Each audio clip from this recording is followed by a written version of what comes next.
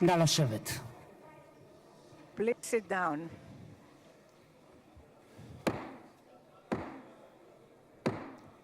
חברות וחברי הכנסת, היום יום שני, כ"א בתשרי התשפ"ו, 13 באוקטובר 2025, ואני מתכבד לפתוח את הישיבה המיוחדת של הכנסת לכבוד נשיא ארצות הברית של אמריקה, מר דונלד ג'יי טראמפ. Of the United States, Mr. Donald J. Trump.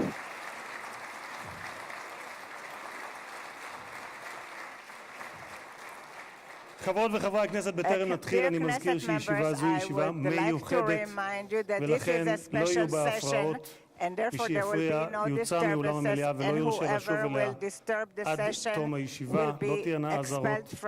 בנוסף, ניתן יהיה למחוא כפיים בישיבה זו כפי שכבר ראיתם. כבוד נשיא המדינה יצחק הרצוג ורעייתו מיכל,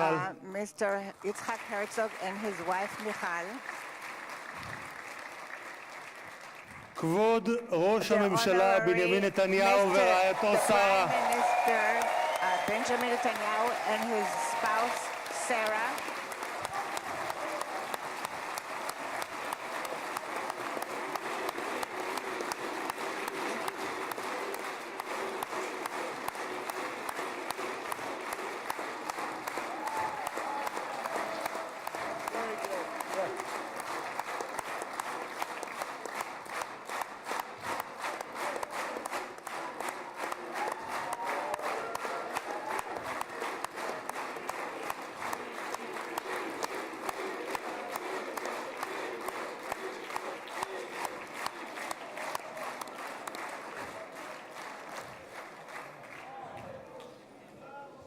ראש האופוזיציה יאיר לפיד ורעייתו ליהי, Mr. Lapid and his wife Lihi, שרים וחברי הכנסת, ministers and Knesset members. special recognition to Minister Ron Dermer, who led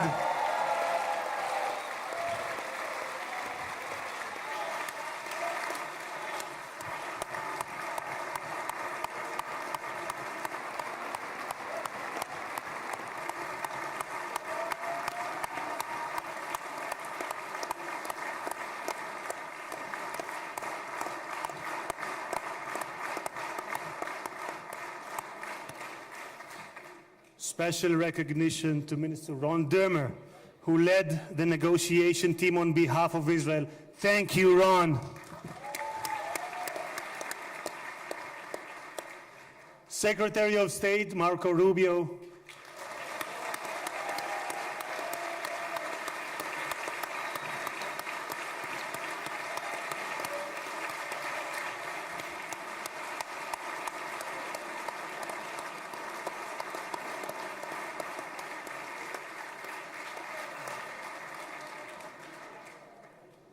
Secretary of War Pete Hegseth,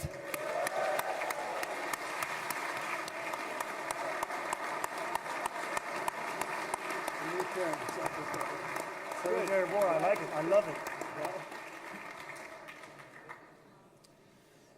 Chairman of the Joint Chiefs of Staff General Dan Kane,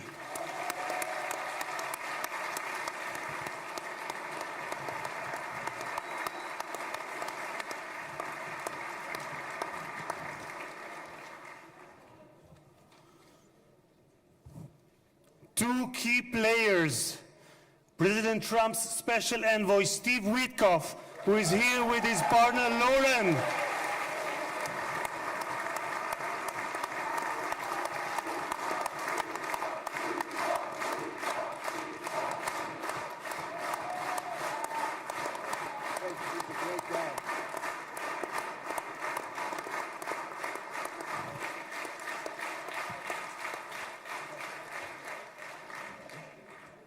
and Jared Kushner, who is here with his wife Ivanka.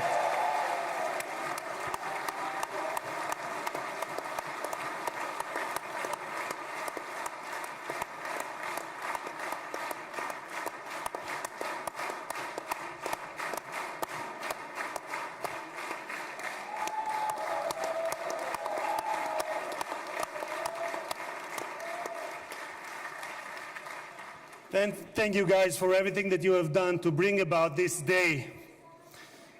Ambassador of the United States to Israel, my dear friend and my absolute favorite rock star, Mike Huckabee.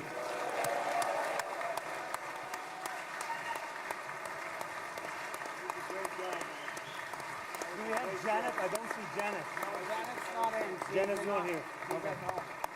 Okay. שגריר ישראל בארצות הברית, יחיאל לייטר.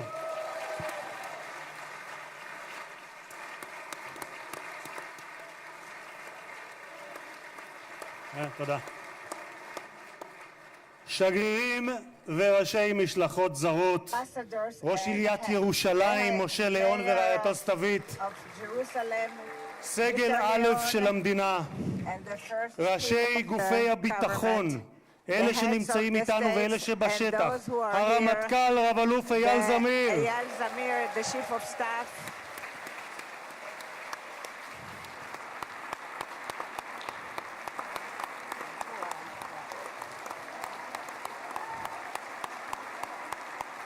Chief of Staff.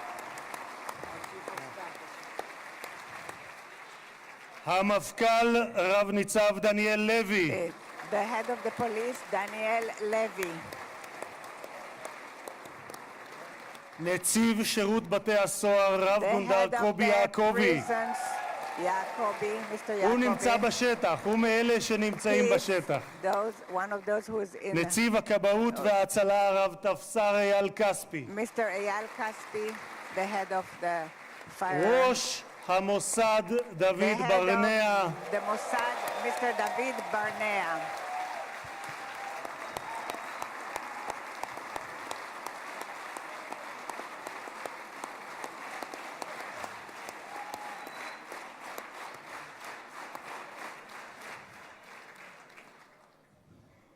ראש שירות הביטחון הכללי, The head of האלוף במילואים the- דוד זיני, בהצלחה. General Zini, the head of the General Security.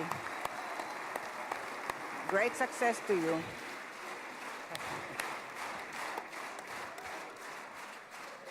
ראש מנהלת החטופים גל הירש, Mr. Gal Hirsch, the head of the headquarters for the abductees.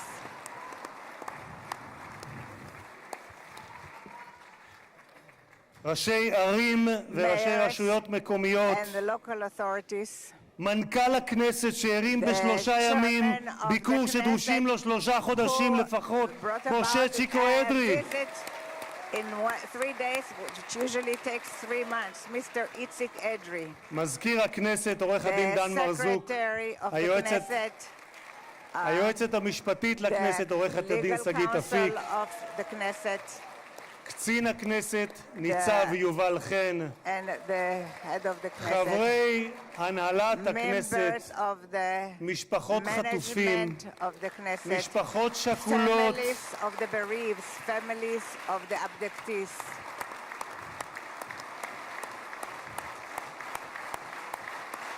These are the hostage families. And the bereaved families also.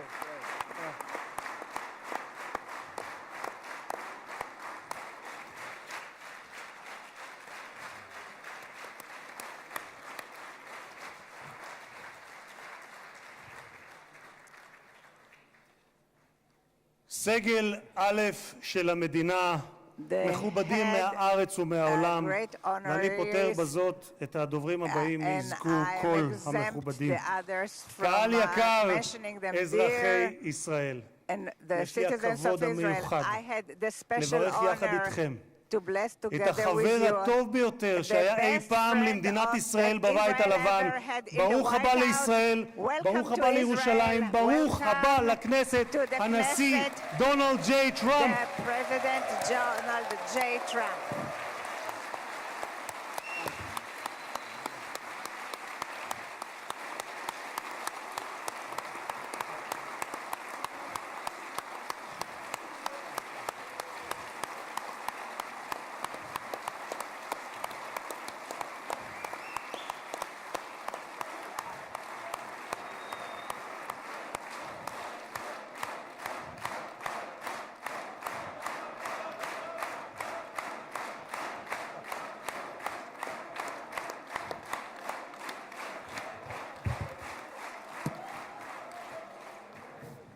אדוני הנשיא, Mr. President, אני מבקש להודות לך I would like to על thank שהענקת you לכנסת את that הזכות you והכבוד granted the להיות Knesset הפרלמנט the הראשון honor מחוץ לארצות that הברית it is the שאתה first מבקר בו parliament בכהונתך that you הנוכחית. are visiting in your במסורת present היהודית term. נהוג לברך In ברגעים the ייחודיים Jewish שכאלה. tradition, we are ברוך used to שנתן bless מכבודו you, לבשר the ודם. one תודה who לך, gives הנשיא us the טראמפ. honor. Thank you very much, Mr. President, President Trump.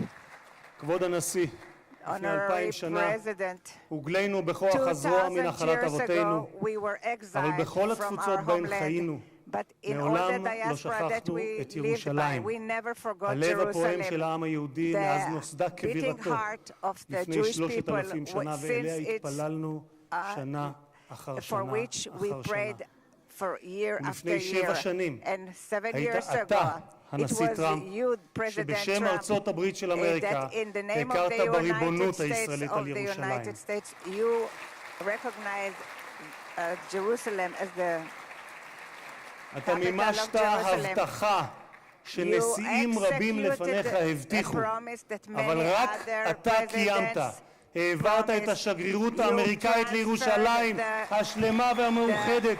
תודה לך, הנשיא טראמפ. Thank you very much, President Trump. Thank you very much, President Trump.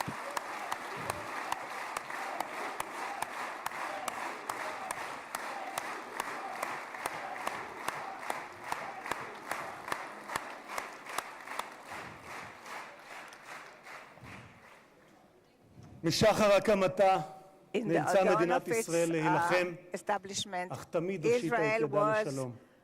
forced to לפני fight, 5 but שנים it always extended הובלת its יחד hand עם to ראש peace. הממשלה נתניהו 7 years את ago, הסכמי you אברהם. led the Abraham זכיתי, Accords, כן, מגיע. and I had the privilege זכיתי לכהן בממשלה to שחתמה serve עליהם, in this ולימים הם היו government בעלי that משמעות signed רבה it, עבורי גם ברמה האישית. and it was very משום שלפני meaningful for 2.5 me because 2.5 זכיתי להיות years יושב ראש ago, הכנסת I הראשון was the first המקבל הזמנה head of the רשמית Knesset לבקר that בפרלמנט של was מדינה ערבית, invited וזו הייתה to המדינה speak שבה in a שני הוריי parliament שנמצאים כאן of איתנו נולדו וגדלו, Arab country, מרוקו. and it was in the קירבת- country of Morocco, קירבת where my parents בין came ישראל from. לבין You- 4 מדינות ערביות You made it the בהסכם relationship שבבסיסו closer in שלום accord תמורת that it's שלום. תודה לך, הנשיא for טראמפ. peace. Thank you very much, President Trump.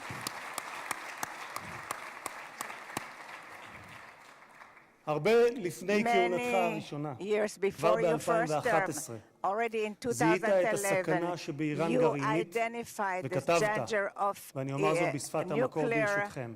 Iran. Iran's quest of nuclear weapons is a major threat to our nation's national security interests. We can't allow Iran to go nuclear. איום על ארצות הברית משמעו איום על העולם החופשי כולו.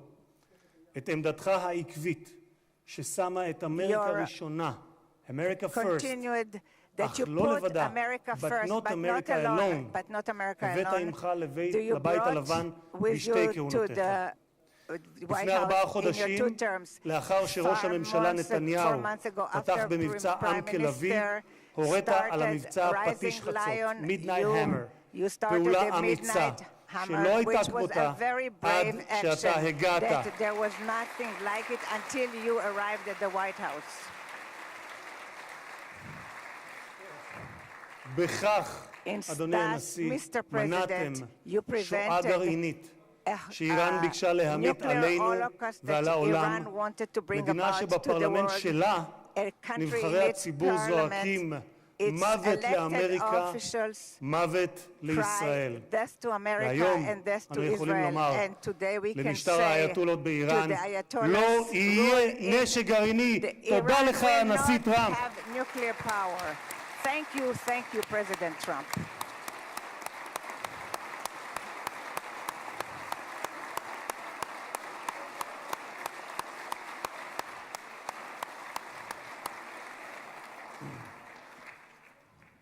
כבוד הנשיא, היום העם Mr. היהודי מציין את President, סיום חג today הסוכות the ומחר Jewish נציין את people שמחת are תורה. ending the holiday of בשמחת תורה Sukkot, לפני and שנתיים tomorrow לא it will be שמחנו. Simchat Torah, and היה זה היום 2 הקשה years ago in ביותר Simchat שחוותה Torah, מדינת ישראל it was the משחר most הקמתה difficult day for the והעם state of היהודי Israel מאז since its השואה. establishment and for the Jewish people עשרות פעמים since the הגעתי יחד עם Holocaust. מנהיגים זרים Many למקום times I הטבח. came with עם many רבים מהם ישבתי visitors לצפות to the בתיעוד area of the המצולם של slaughter, הזוועות שאני יודע and שגם I אתה saw the ראית. horrors. שבועות ספורים And לאחר ה-7 few באוקטובר weeks after the ליוויתי את 7th of ג'רד October, I ואיוונקה accompanied שהגיעו לכאן Jared and Ivanka לאזורים that who הקשים came to those ביותר. difficult areas. ראינו את מה We שקיווינו, saw what היינו קיבוץ we כפר were in עזה Kfar ברעים, Aza, וראינו את מה and we שקיווינו saw שלא what יחזור עוד we בתולדות hope that we האנושות. will never see מראות again, של פוגרומים, horrible ילדים, sites of נשים, pogroms, קשישים, גברים, children, men and שלווים women, שהיו and the elderly. ואינם עוד.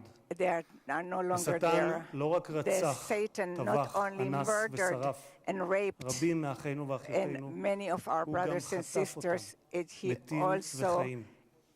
מאז abducted the בני ישראל life נלחמו and את the dead. המלחמה הקשה, And since then, הארוכה this וגם has been הצודקת the longest בתולדותיהם. and the most just הפצע הזה war, this של אחינו wound החטופים בשבי of our נותר brothers פתוח ושותת in דם מאז prison ה-7 באוקטובר, כאשר has כל עם been ישראל when all כאב the את כאב nation of החטופים Israel ובני has been משפחותיהם, in התלויים pain בין of תקווה the לייאוש, families בין חיים of the למוות, abducted עד הבוקר הזה. until this morning. במשך שנתיים, For 2 years, במקום בו יושבים האורחים in the ביציע gallery where שמולנו, the כבוד people, הנשיא, the guests are sitting, השקיפו מעלינו תמונות we had החטופים. photos of הבוקר, the hostages. לקראת האירוע But ההיסטורי this הזה, morning, זכינו להוריד towards את this התמונות עם historical day, חזרתם של we החטופים were able to למשפחותיהם. remove אני the אעשה משהו photos, ספונטני, and I אדוני will הנשיא. do את something סיכת החטופים spontaneous, הזאת, and I will מצבעי כחול remove לבן, קיבלתי the pin מצביקה of מור, אבא של that I איתן מור. received from אני Tzvika מתכבד Mor. להוריד אותה, כי I לפני am רגע removing דיברתי it עם because a צביקה, minute ago איתן I כבר spoke בידיהם, to Tzvika והם Mor חוגגים את brother, האיחוד and הזה. they are תודה celebrating לך, this הנשיא unification. טראמפ. Thank you so much, President Trump. Thank you so much, President Trump.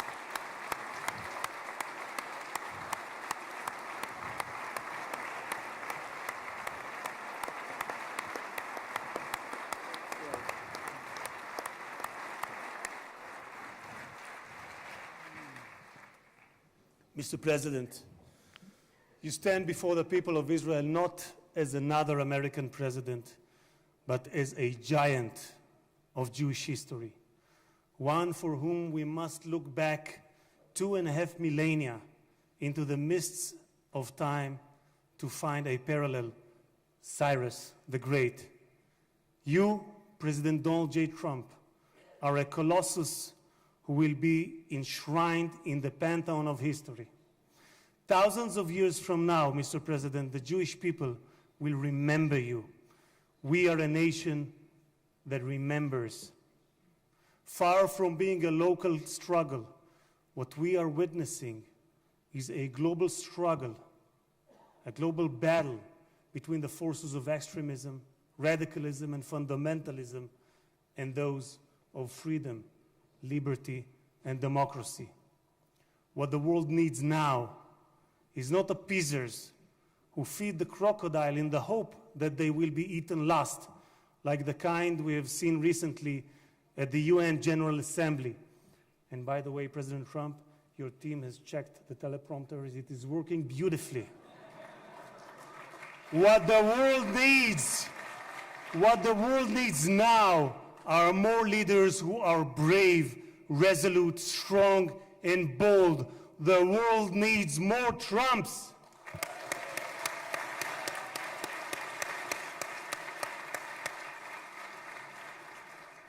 Mr. President, with your permission, I would like to take this moment to address Prime Minister Netanyahu.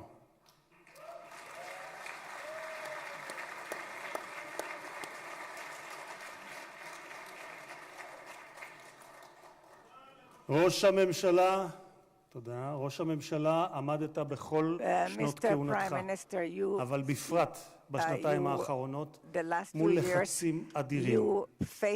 סטיב וויטקוף, שליחו המיוחד של הנשיא טראמפ, שלחם יחד איתך בשוחות על החזרת החטופים, אמר עליך, העבודה הקשה באמת הייתה של ראש הממשלה. of the הוא prime זה שהיה minister. צריך It לקבל was the החלטות prime קשות, minister who עד had to כמה להיות take קשוחים מול hard חמאס, decisions, ומתי how לגלות much גמישות. we have to be היו רגעים hard towards שחשבתי, כך Hamas, אומר and ויטקוף, when we have שעליכם to להתגמש be יותר. more אבל האמת היא moderate. שכעת, But the במבט truth לאחור, now that אני looking חושב backwards, שלא היינו מגיעים לנקודה הזו, we wouldn't אם have ראש reached this הממשלה point נתניהו if לא the היה פועל Prime Minister כפי שפעל. Netanyahu wouldn't have acted the way he acted.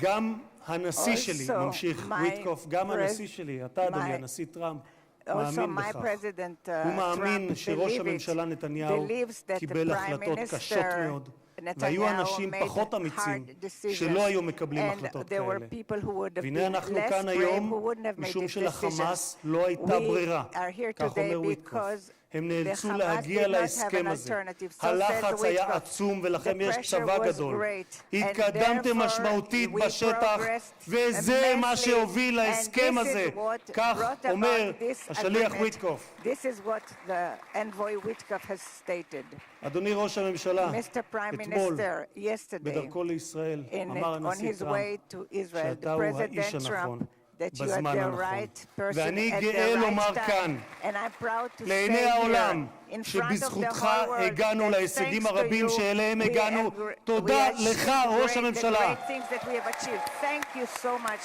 Mr. Prime Minister.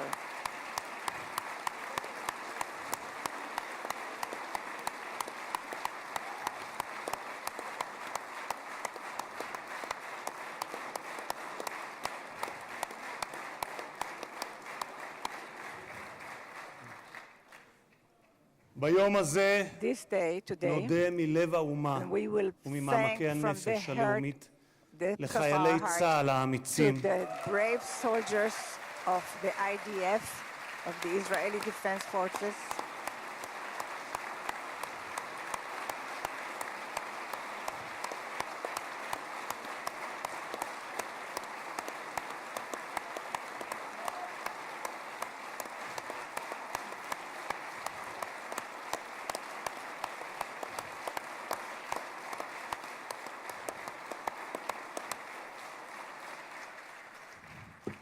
נודה לחיילי thank צה"ל to the האמיצים IDF שהסתערו brave קדימה soldiers כאריות who fought וסיכנו את like חייהם lions and כדי endangered their להגן על lives מדינת ישראל. in order to protect רבים the מהם state of נפלו Israel. והקריבו את Many of חייהם them למען המדינה, sacrificed their lives שמרכינה את ראשה for בפניהם the ובפני country משפחותיהם that השכולות. bows its head.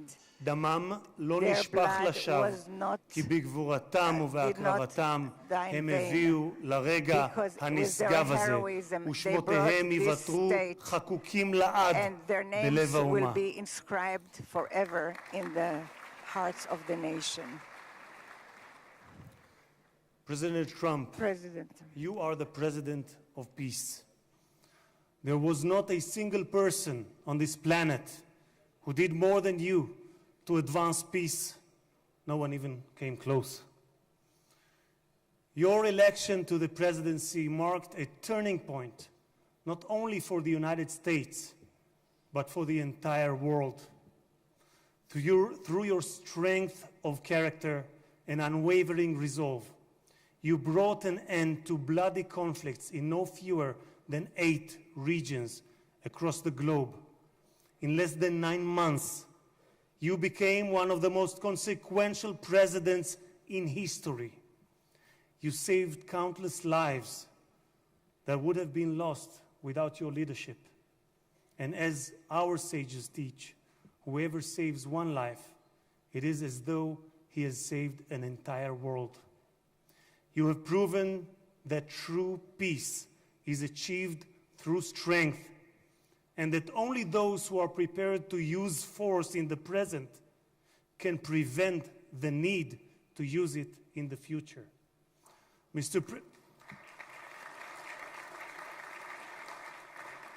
Mr. President, you, more than any other individual, are deserving of the highest recognition for your efforts in promoting peace.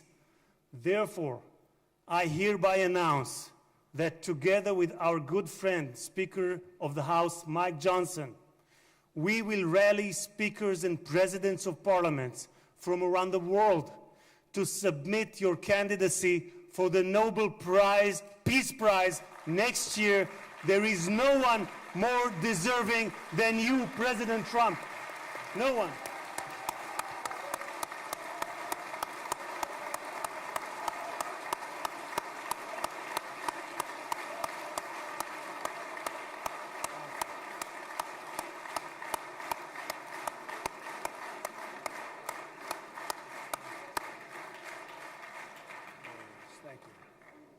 אדוני הנשיא, אנחנו ניצבים בפני ההיסטוריה ברגע נשגב שיחקק לדורות. זה יום מאוד מרגש לאזרחי ישראל, יום שכולנו ייחלנו לו. בספר ירמיהו משיב השם לרחל המבכה את בניה. מנעי קולך מבכי ועינייך מדמעה, כי יש שכר לפעולתך, נאום אדוני, ושבו מארץ אויב, ויש תקווה לאחריתך, נאום אדוני, ושבו בנים לגבולם.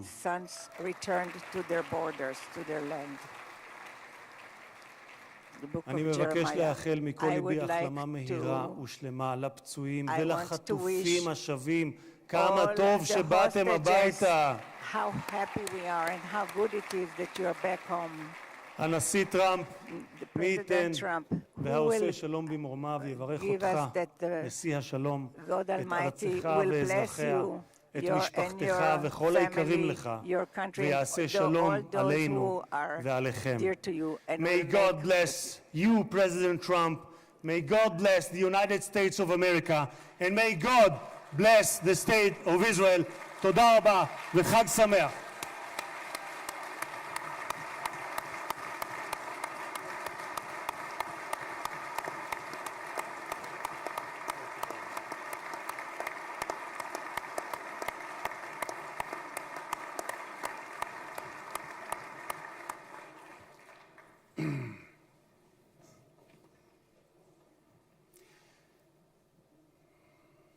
אני מתכבד להזמין כעת את ראש הממשלה, חבר הכנסת בנימין נתניהו, לשאת דברים. Benjamin Netanyahu, the Prime Minister, to say a few words.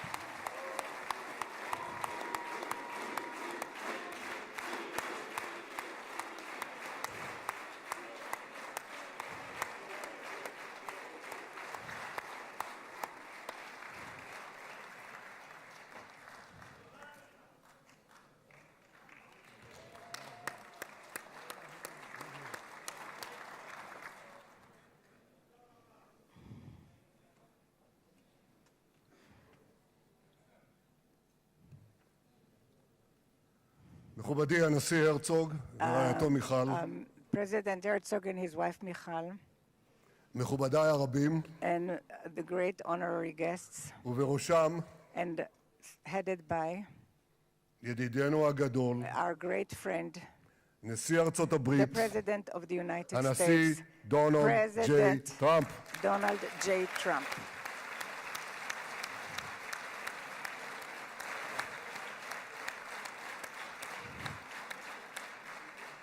ברוך בואך לירושלים בירתנו הנצחית.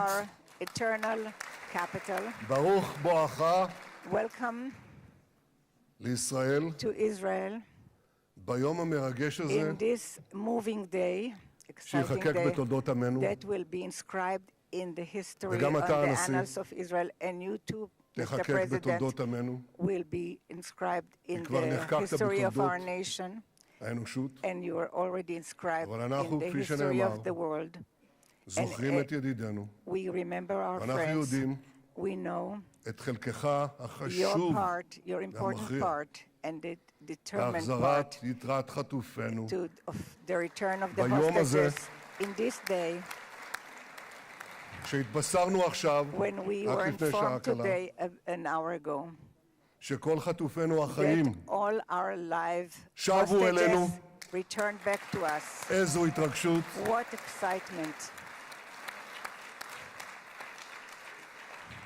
כמה חיכינו לרגע הזה, how long we've waited for ואנחנו this מחויבים moment, להחזיר את כולם. and we have committed to ואני רוצה return להודות לך באופן everyone. אישי, And I want to thank you ובשם האומה personally כולה. and on behalf of the whole תודה לך, nation. הנשיא טראמפ. Thank you, Mr. תודה לך. President Trump. Thank you, Mr. President.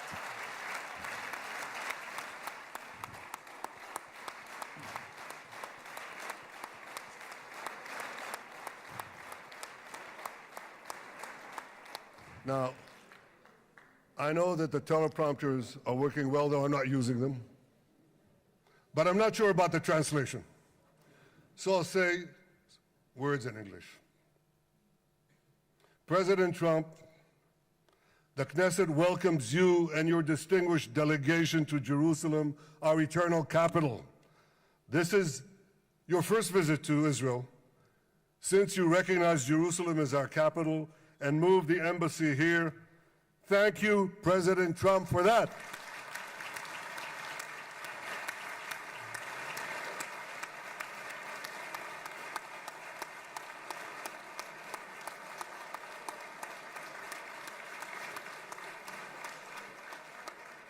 There are many other reasons to thank you since your last visit here. Thank you for recognizing Israeli sovereignty over the Golan Heights.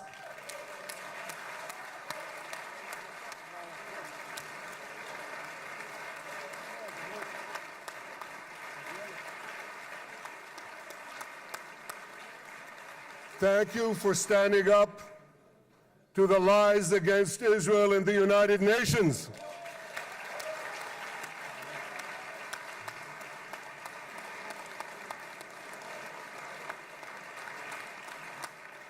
Thank you for recognizing in your 2020 peace plan our rights in Judea and Samaria, the ancestral homeland of the Jewish people.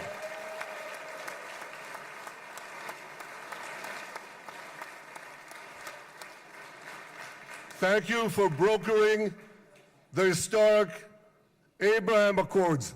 Abraham, Eskamei Avraham.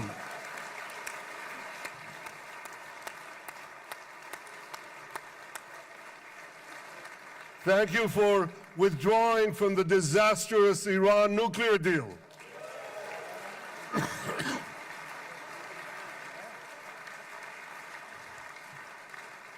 Thank you for supporting Operation Rising Lion and for your bold decision to launch Operation Midnight Hammer. Boy, is that, you got to hear this.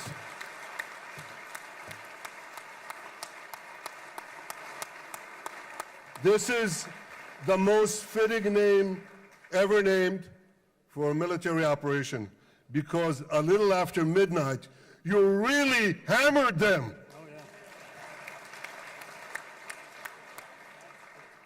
My friends, this is only a partial list, but it's enough to affirm what I've said time and again. Donald Trump is the greatest friend that the state of Israel has ever had in the White House.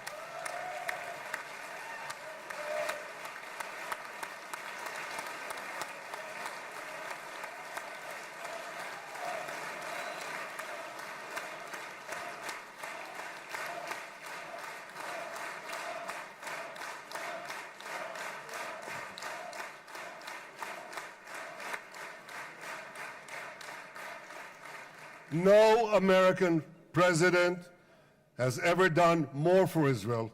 And as I said in Washington, it ain't even close. It's really not a match. Mr. President, today we welcome you here to thank you for your pivotal leadership in putting forward a proposal that got the backing of almost the entire world. A proposal that brings all our hostages home.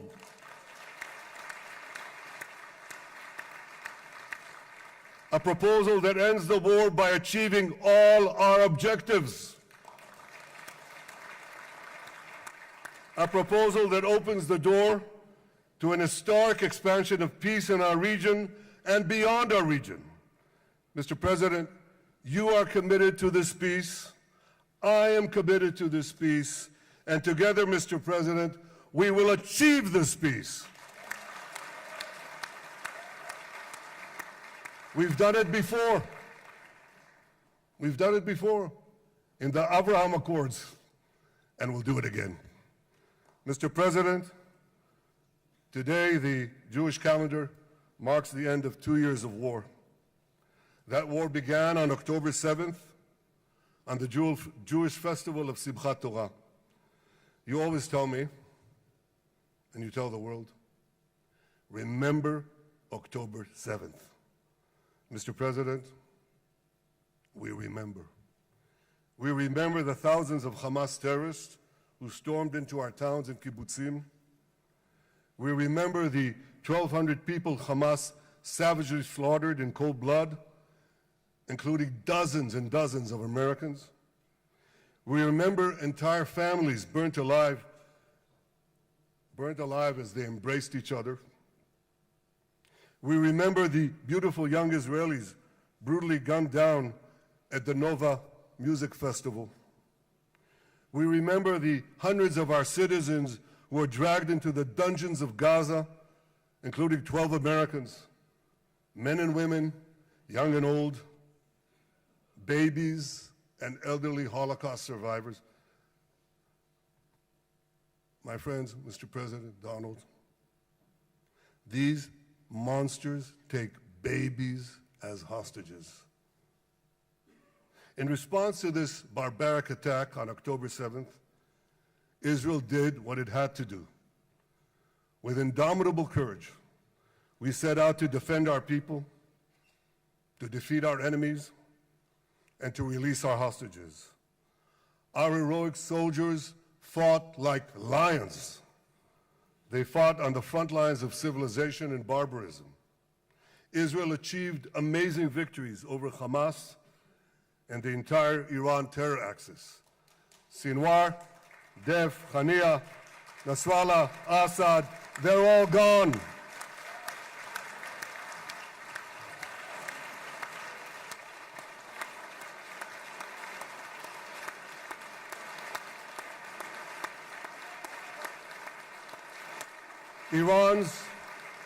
Iran's nuclear weapons and ballistic missile program, with your enormous help, Mr. President, rolled back. Half the Houthi leadership wiped out. But the price of this victory, the price of these victories, has been heavy. Nearly 2,000 of Israel's finest were lost, nearly half in battle. They left behind parents, spouses, siblings, and children. Their love and laughter, their promise and potential were lost forever. To the families of our fallen fighters, many of them are here, I say, I know the depth of your pain. I know the inconsolable grief that will accompany you for the rest of your lives. The state of Israel bows its head in eternal gratitude to our fallen heroes. Because of these heroes, our nation will survive. Because of these heroes, our nations will thrive. And because of these heroes, our nation will have peace. Mr. President, thousands of our brave soldiers were also wounded, suffering terrible blows to body and soul.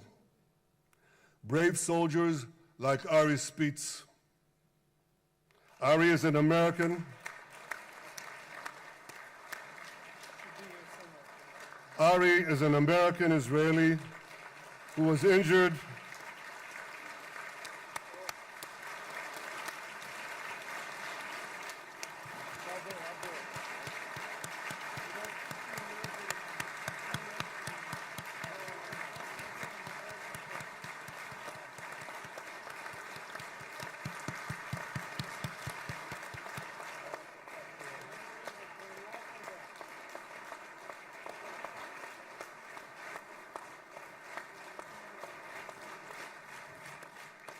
Ari is an American Israeli who was injured in Gaza while searching for Hamas terrorists and weapons. 2 of Ari's comrades were killed in this action, and 10 were injured. Ari was presumed dead, but made a miraculous recovery despite losing 3 limbs. Ari, stand up for a minute alone. Stand up. There you go. There. Ari, you are the spirit of Joshua. You are the spirit of David. You are the spirit of the Maccabees. You are the spirit of Israel. I salute you. We all salute you.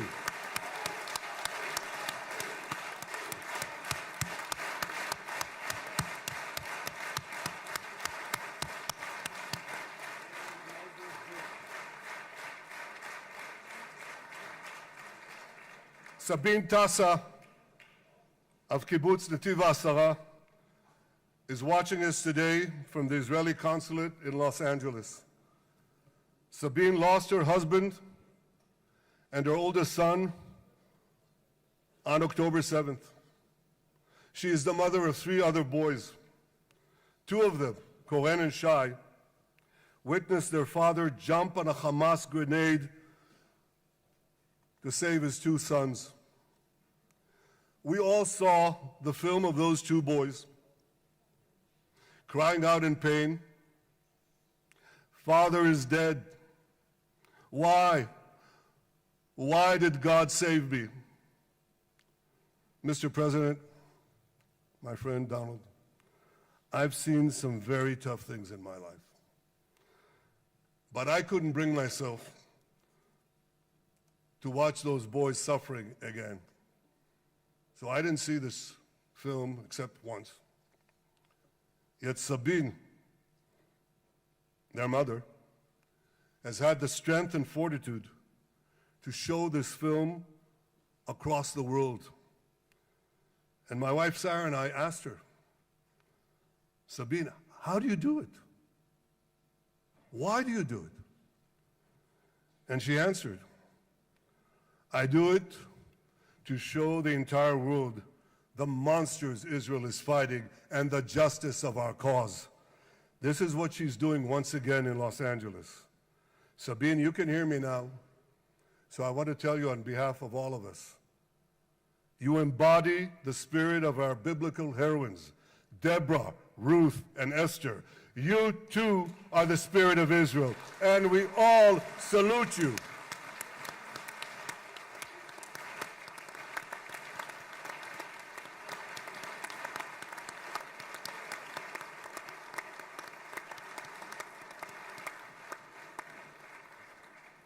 Mr. President, you asked me on our many conversations during the 12-day war with Iran, you asked me, how are the people holding up? And I said to you, our people are strong. Israelis are a nation of lions with unlimited resolve to defend our country and secure our future. The people give strength to our soldiers, and the people give strength to me and to my colleagues. The Jewish people have risen from the ashes time and again, but when we formed the State of Israel and the Army of Israel, we pledged never again would be defenseless against our enemies. And that resolute strength not only assures our survival, it assures our future, it assures peace. We have paid a high price for this war, but our enemies now understand just how powerful and just how determined Israel is. They understand that attacking Israel on October 7th was a catastrophic mistake. They understand that Israel is strong and that Israel is here to stay. And this, Mr. President, is the indispensable foundation of peace. Peace through strength. Ladies and gentlemen, this is a momentous day, a day of great joy as the remaining hostages come home. My wife Sarah and I have met with the hostage families many times. There were no words to describe their agony, only tears of bottomless sorrow and unimaginable pain.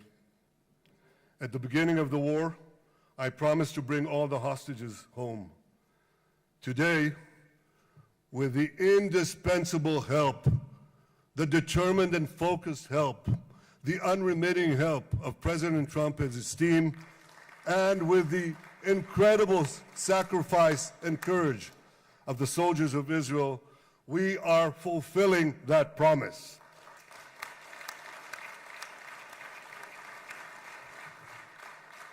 It has been a long journey to get here.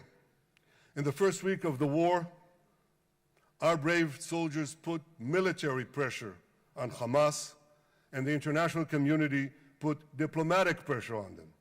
This enabled us to secure the release of over 100 hostages. In heroic rescue attempts behind enemy lines, Israel's special forces rescued 8 live hostages and brought back the remains of dozens more. But as time went on, we all know what happened. The diplomatic pressure was turned on its head. More and more governments bought into Hamas's false propaganda. More and more governments succumbed to anti-Semitic mobs in their own countries. They just turned on Israel. They called for us to surrender to Hamas demands, just leave Gaza immediately, they said, end the war without committing to disarm Hamas, without committing to demilitarize Gaza. Had Israel succumbed to those demands, not only would Sinwar, Nasrallah, Assad, and Iran's missile and nuclear program remain intact. Not only that, because in no time, the Hamas killers would be back on the border fence, ready to repeat the horrors of October 7th again and again, as they vowed to do. But just at that point of maximum pressure on Israel, a man named Donald J. Trump was elected President of the United States.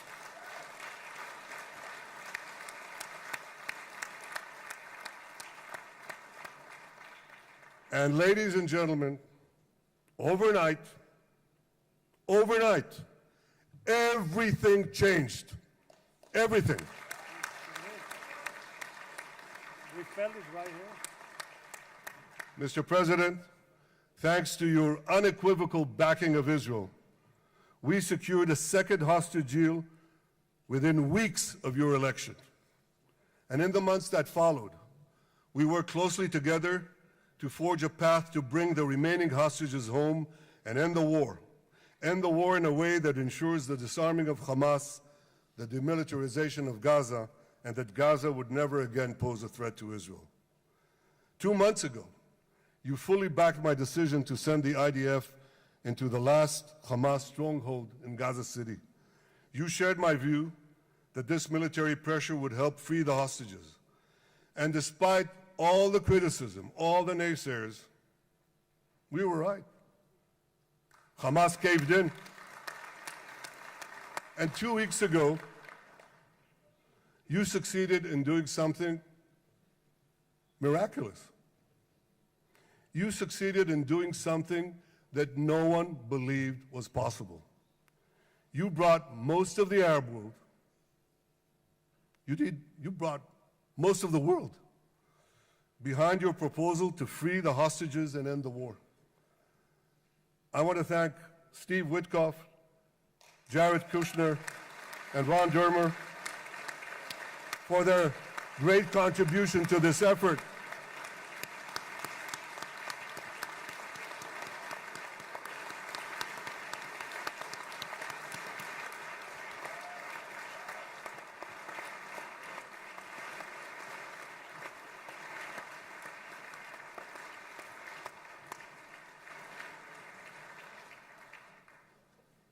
And I want to thank our negotiating team. I believe that the close cooperation between the two of us, between our two nations, combining Israel's military pressure and President Trump's unmatched global leadership. I have to tell you, I've seen a lot of American presidents. I've seen them all in the time that I've been here, and I've been here quite a lot of time. I've never seen anyone move the world so quickly, so decisively, so resolutely as our friend President Donald J. Trump.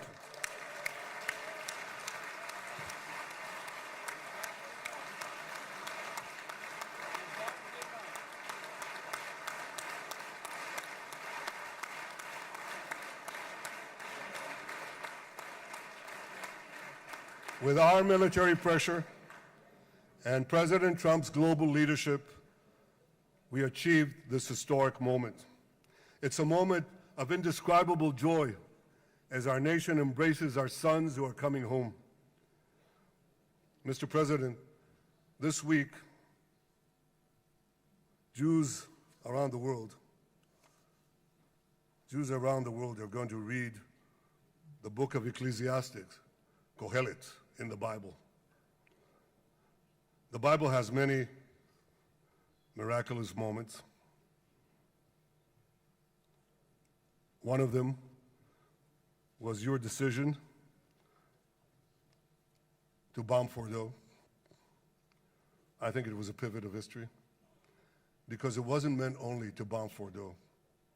That action and your previous action of taking out Qasem Soleimani, the architect of death, I think that changed the balance of power in the world. You brought America back again to the driver's seat.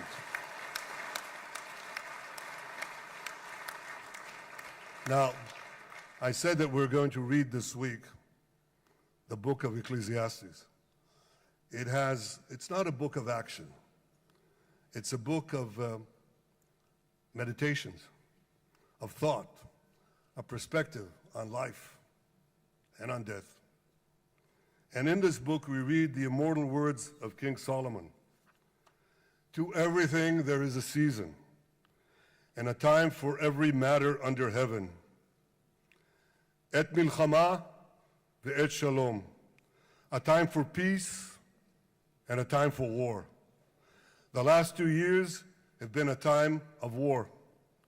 The coming years will hopefully be a time for peace.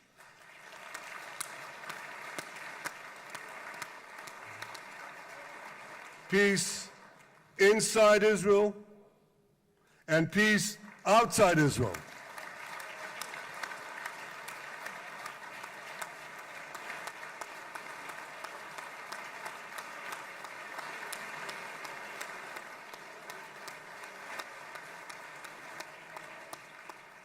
I look forward to continuing marching with you on the path we paved together with the Abraham Accords. Under your leadership, we can forge new peace treaties with Arab countries in the region and Muslim countries beyond the region. Abraham's children will work together to build a better future, a future that will unite civilization against barbarism, light against darkness, and hope against despair. And my friends, I believe that with President Trump's leadership, this will happen a lot faster than people think.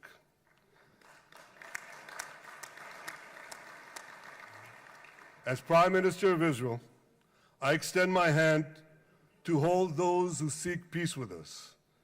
No one wants peace more than the people of Israel. Israel will always remain vigilant in defending itself, and Israel will always remain full of hope. Hope is our national anthem. Hope is our creed. Hope is our strength. It is time, my friends, to realize that hope and expand the circle of peace. Mr. President, thank you for all you have done for us. I have submitted your nomination to be the first non-Israeli recipient of the Israel Prize, Israel's highest award. As to that other prize, just a question of time, you'll get it. But I want you to get the Israel Prize, our highest award, to our greatest friend.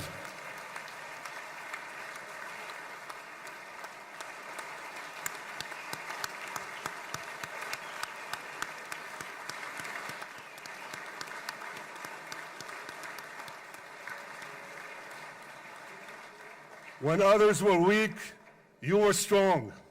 When others were fearful, you were bold. When others abandoned us, you stood by our side. On behalf of the government and people of Israel, I thank you for your extraordinary friendship. Thank you for helping bring our hostages home. Thank you for supporting Israel's march to victory. Thank you for paving a path to peace. מכובדי נשיא ארצות הברית, ידידי דונלד, Honorary ברוך הבא לישראל, President, welcome to Israel. ברוך הבא לירושלים, Welcome to Jerusalem. ברוך הבא ביום המרגש הזה, Welcome שהחיינו in this וקיימנו exciting day והגיענו that לזמן brought הזה. us to this day.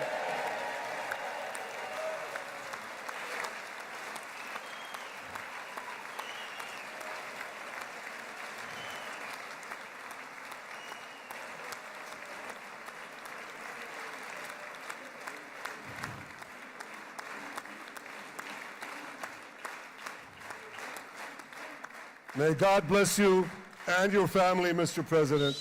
May God bless America. May God bless Israel. And may God bless the covenant between our two promised lands. Thank you, Mr. President.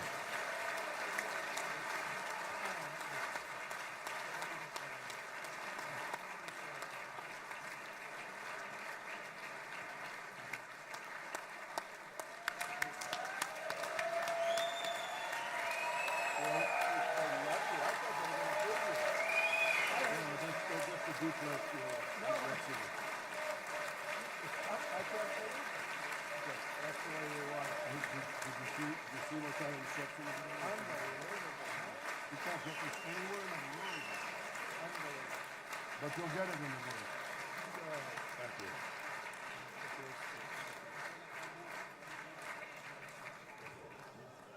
The president. Where?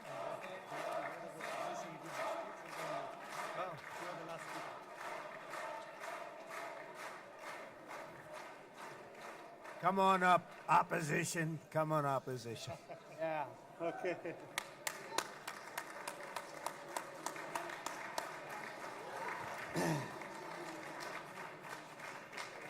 אני מתכבד להזמין כעת את ראש האופוזיציה, חבר הכנסת יאיר לפיד.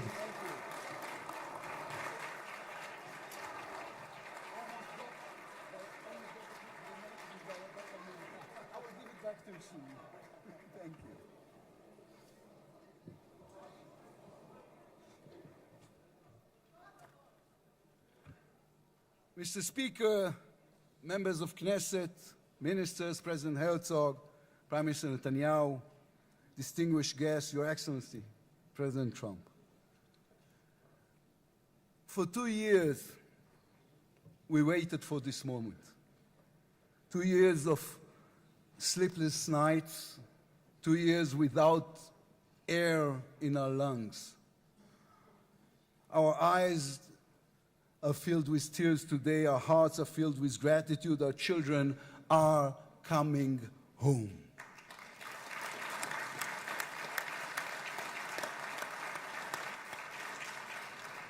In the Babylonian Talmud, a sacred book of the Jewish people, it is written, whoever destroys one life, it is as though he destroyed an entire world, and whoever saves one life, it is though as he has saved an entire world. Mr. President, you have saved the lives of our hostages.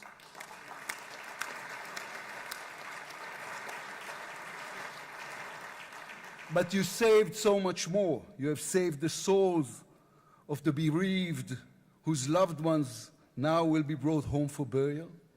You have saved thousands of soldiers who will now not fall in battle. And you have saved millions from the horrors of war. You have saved more than one life, and each life is an entire world. This is a historic moment, and a reminder that history is shaped by people. It is shaped by those who know the past, but have the vision to change the future. When you were elected, you declared that you would be the president of peace. You have kept your word. The fact that you were not awarded the Nobel Peace Prize is a grave mistake by the committee. But they will have no choice, Mr. President. They will have to award it to you next year.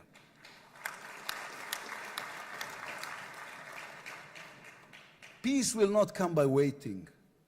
It will come by building, by reaching out, and by daring once again to believe. You, Mr. President, have done the unimaginable. We will be eternally grateful. But we also need to take responsibility. The destiny of Israel will always be written by the people of Israel.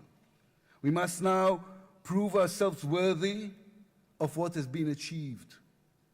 From its founding, Israel has said to the world that our strength, our power, rest upon our values. Israel is the strongest country in the Middle East because we are the only democracy in the Middle East.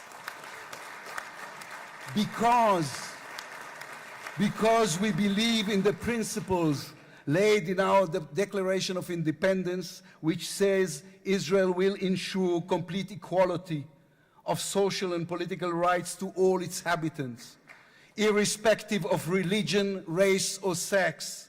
It will guarantee freedom of religion, conscience, language, education, and culture. It will safeguard the holy places for all religions. Those are our values. That is who we are as people, as a country. Our neighbors must understand one more thing about us. We are not going anywhere. The Middle East is our home. We are here to stay. Our story did not end in the Bible. It began there. It continues in our laboratories and universities, in our innovation hubs. Hamas, Hezbollah, Iran, and the Houthis, they all read the wrong intelligence reports. The real intelligence report on Israel's intentions is found in the book of Genesis. And I will give you and your descendants after you the land of Canaan for an everlasting possession. We call upon the nations of the Islamic world to honor our neighbors, Saudi Arabia, Syria, others. We are here to stay. We can do great things together. Come and talk to us. Mr. President, you are the one who can make it happen as you did with the historic Abraham Accords. Then too, no one believed it was possible. Then too, you imposed your vision on everyone. While others spoke of difficulties, you created opportunity. You can be the one to bring the next wave of peace.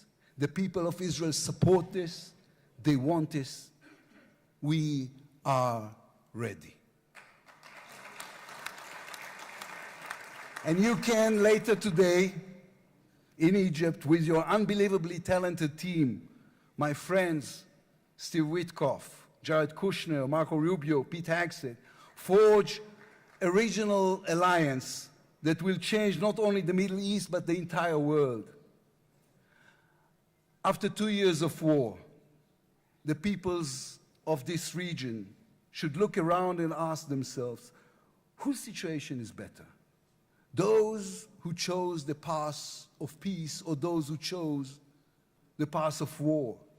Those who invested in their people, in the education of their children, in science and education and technology, or those who invested in hate and in violence? From here I say to all those who demonstrated against Israel these past 2 years, on the streets of London and Rome, in Paris and in Columbia University. I do not represent the government. As you know, I am the leader of the opposition. And I tell you, then, you were deceived. You were deceived. Propaganda experts, funded by terror money, manipulated you. Now that the war has stopped, you have time and a chance to go and learn the facts. The truth is, there was no genocide, no intentional starvation.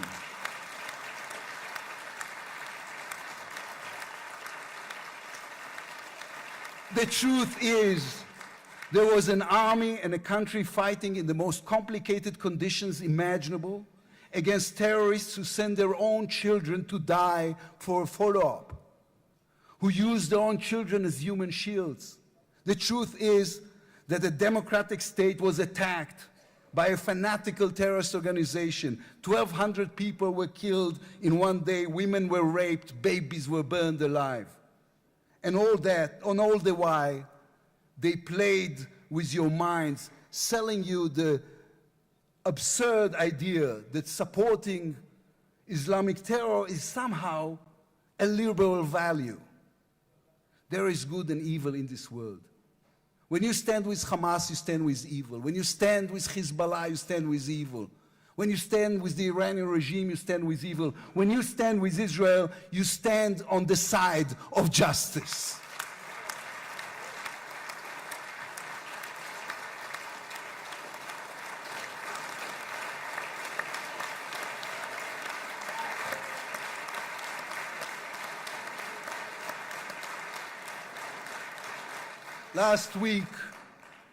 Last week I attended the 7th October memorial ceremony. An inspirational woman called Galit Dan spoke on stage. Galit had a daughter, Noya, a 13-year-old girl who was autistic like my daughter. And Noya was full of light. She loved Harry Potter. On that dark day, Noya was sleeping at her grandmother's, Carmela's house in Kibbutz Nir Oz. Carmela was 80 years old. Their bodies, grandmother and granddaughter, were found embraced. They were murdered together. On stage at the ceremony, Galit said a sentence that moved us all. We don't want revenge, she said. We want redemption. Today, the redemption begins. Israel has endured 2 terrible years on the battlefield and in the international arena. But in those 2 years, we also rediscovered our own greatness. We remember how good we can be, our pilots who took control of the skies over Iran, our industries leading the world in technology, our civil society, which reached out to help every victim of the war. We will move forward toward a different future. Our heroic soldiers who saved us all will fold away their uniforms and rise as teachers and engineers, scientists and innovators, investors and small business owners. We will never be able to repay the debt to those who sacrificed everything these past years, to those who, as President Lincoln said, gave the last full measure of devotion. We can only be worthy of them, worthy of their sacrifice. Mr. President, allow me to speak also to the businessman in you, the deal maker who understands value. If there were one stock in the world I would invest in today, it is the State of Israel. If there were one nation that deserves unrestricted access to GPU chips, to AI and SMR technologies, to American markets, it is the State of Israel. Israel's future is intertwined with our eternal alliance, our strategic and moral covenant with our greatest friends, the United States of America. This war is over. We will always need to stay vigilant, to guard against those who seek our destruction. But the State of Israel is about to reinvent itself. The challenges ahead demand not only strength, but a new vision. It's time to take a new path, to be a nation that is advanced and thriving and peace-seeking. We have waited for this moment, for the end of the war, for the return of the hostages, for the chance to rechannel our grief and loss into the energy needed to rebuild our nation. Thanks to you, Mr. President. Thanks to our soldiers, our lions. Thanks to the millions of great Israeli patriots who filled the streets and the square and never, not for one moment, gave up on the hostages. Thanks to all of them, the strength within us can now rise, succeed, and build for our future and for our children. Thank you very much. God bless the United States of America. Am Israel Chai.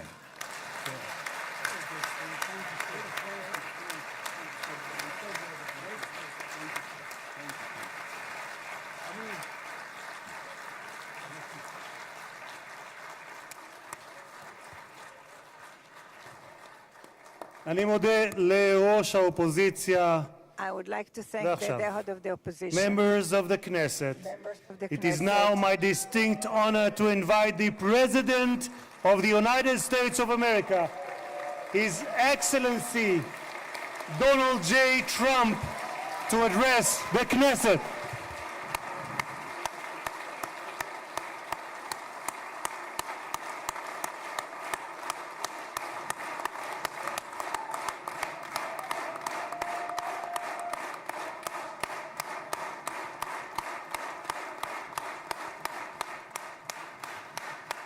Thank you very much. Thank you. Thank you very much, everybody. It's a great honor. Nice place. Very nice place. Mr. President, Mr. Prime Minister, Mr. Speaker, esteemed members of the Knesset and cherished citizens of Israel, we gather on a day of profound joy, of soaring hope, of renewed faith, and above all, a day to give our deepest thanks to the Almighty God of Abraham, Isaac, and Jacob.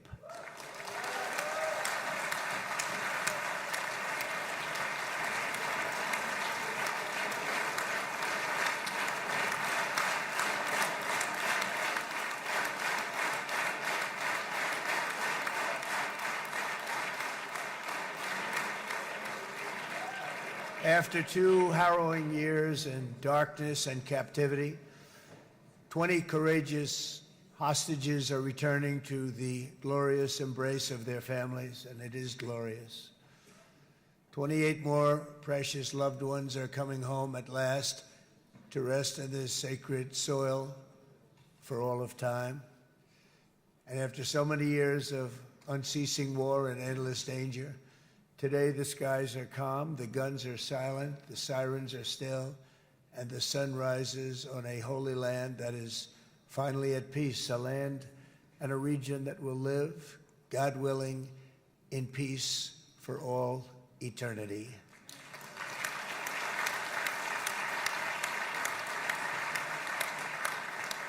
This is not only the end of a war, this is the end of an age of terror and death, and the beginning of the age of faith and hope and of God. It's the start of a grand concord and lasting harmony for Israel and all the nations of what will soon be a truly magnificent region. I believe that so strongly. This is the historic dawn of a new Middle East. I want to express my gratitude to a man of exceptional courage and patriotism, whose partnership did so much to make this momentous day possible. You know who I'm talking about. There's only one, Prime Minister Benjamin Netanyahu. Bibi, please stand up.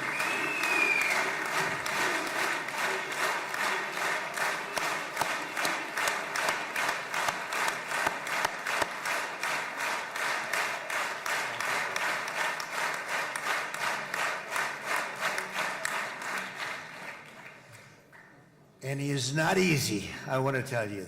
He's not the easiest guy to deal with, but that's what makes him great. That's what makes him great.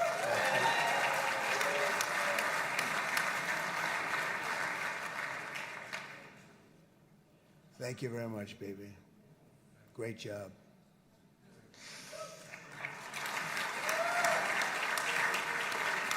And let me also convey my tremendous appreciation for all of the nations of the Arab and Muslim world that came together to press Hamas to set the hostages free and to send them home. We had a lot of help. We had a lot of help from a lot of people that you wouldn't suspect, and I want to thank them very much for that. It's an incredible triumph for Israel and the world to have all of these nations working together as partners in peace. And it's pretty unusual for you to see that, but it happened in this case. This was a very unusual point in time, a brilliant point in time. Generations from now, this will be remembered as the moment that everything began to change, and change very much for the better. Like the USA right now, it will be the golden age of Israel and the golden age of the Middle East. It's going to work together. I'd like to thank several great American patriots for their invaluable help in getting something done that almost everyone thought was absolutely impossible. We were wasting our time. So many people said, "You're just wasting your time." But we weren't, because we had talented people working with us, and we had people that loved your country, and frankly, people that loved the region. They loved the Middle East. I want to thank my friend Steve Witkoff.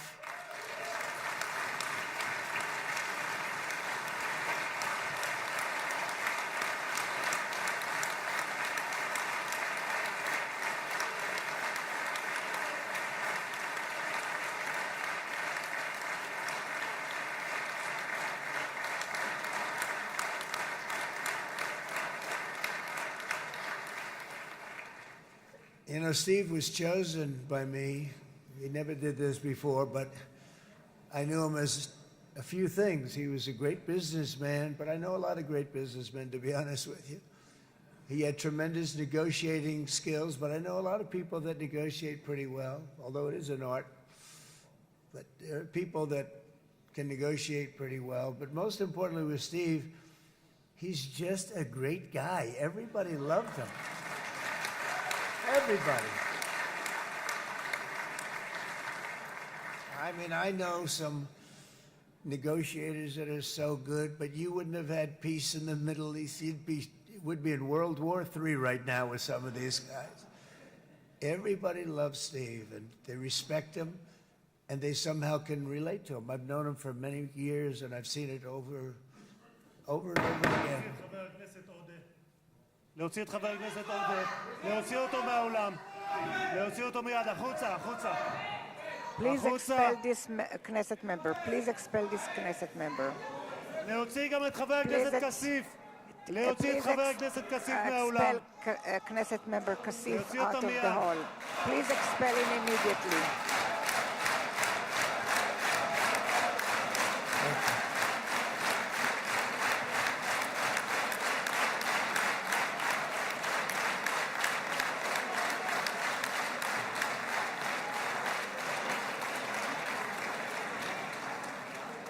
Sorry for that, Mr. President.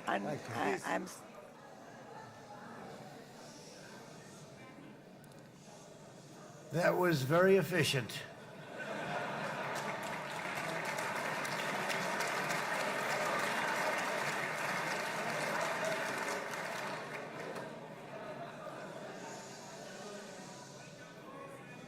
So back to Steve. He's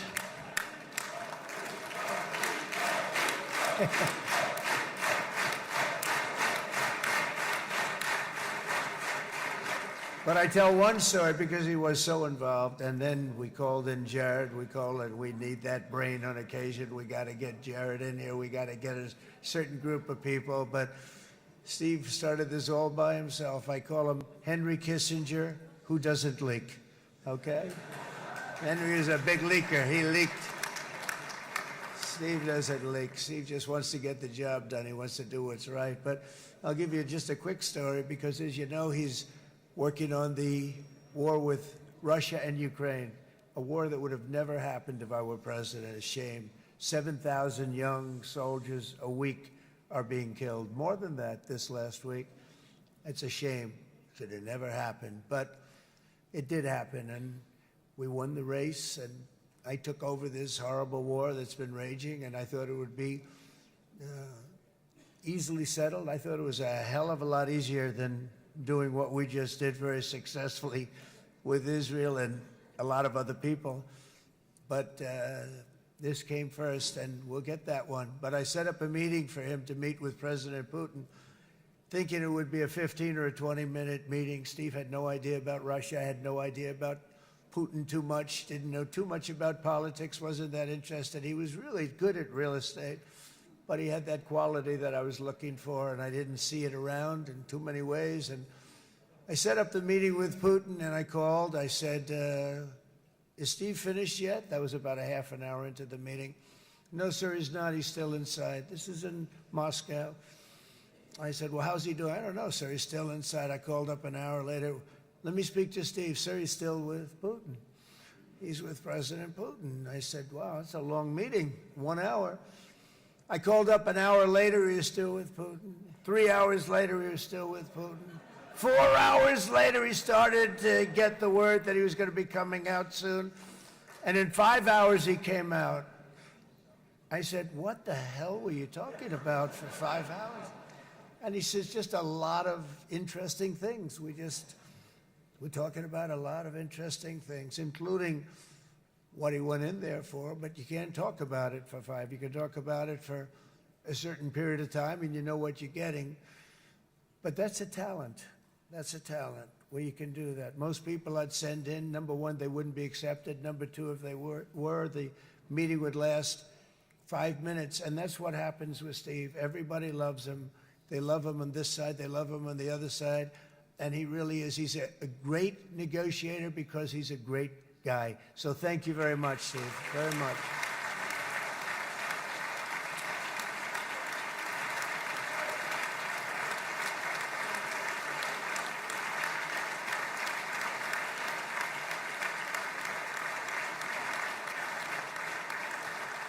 And let me also give a very special thanks to someone who truly loves Israel. In fact, loves it so much that my daughter converted. My daughter converted. I didn't know this was going to happen. And Ivanka's here.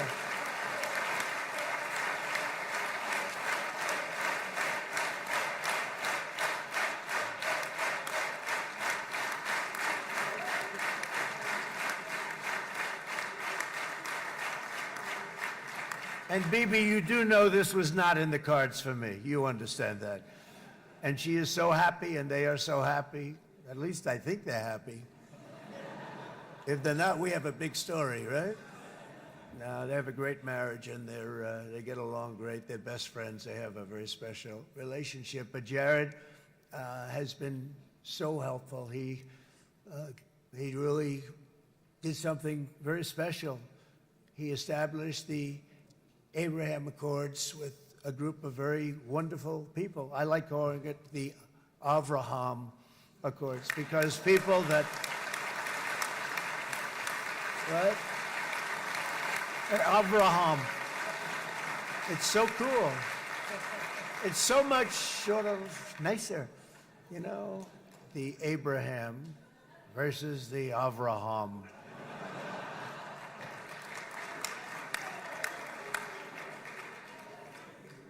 I just don't want to sound too sanctimonious when I do it, so, you know, I sort of split it up. This way we keep everybody happy. But we have some very great talent, and they have no excuses for anything that's taken place, because we had some unbelievably good people working on this. And then you're going to add a man named Marco Rubio, who is also here. That's right.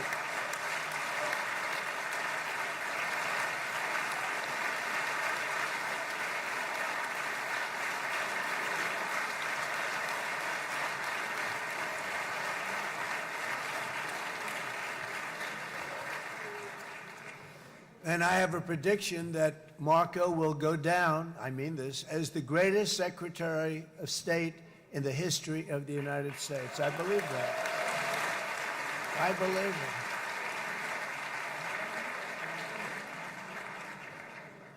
it. And he and I, you know, we really fought it out. You remember, he was tough. He was nasty. Who the hell thought this was going to happen, Marco, right? And now I'm saying he's going to go down as the greatest. He will. He was always smart and sharp, and people respect him. And then we have somebody who's young, but an unbelievable leader. I saw it a long time ago, and he's turned out to be even better than we thought. Right, Susie? I think even better. And that's Pete Hegseth, who is our Secretary of War, formerly Secretary of Defense.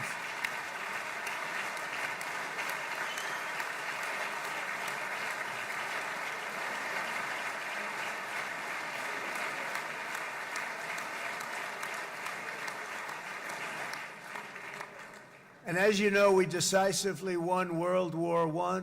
We decisively won World War II decisively.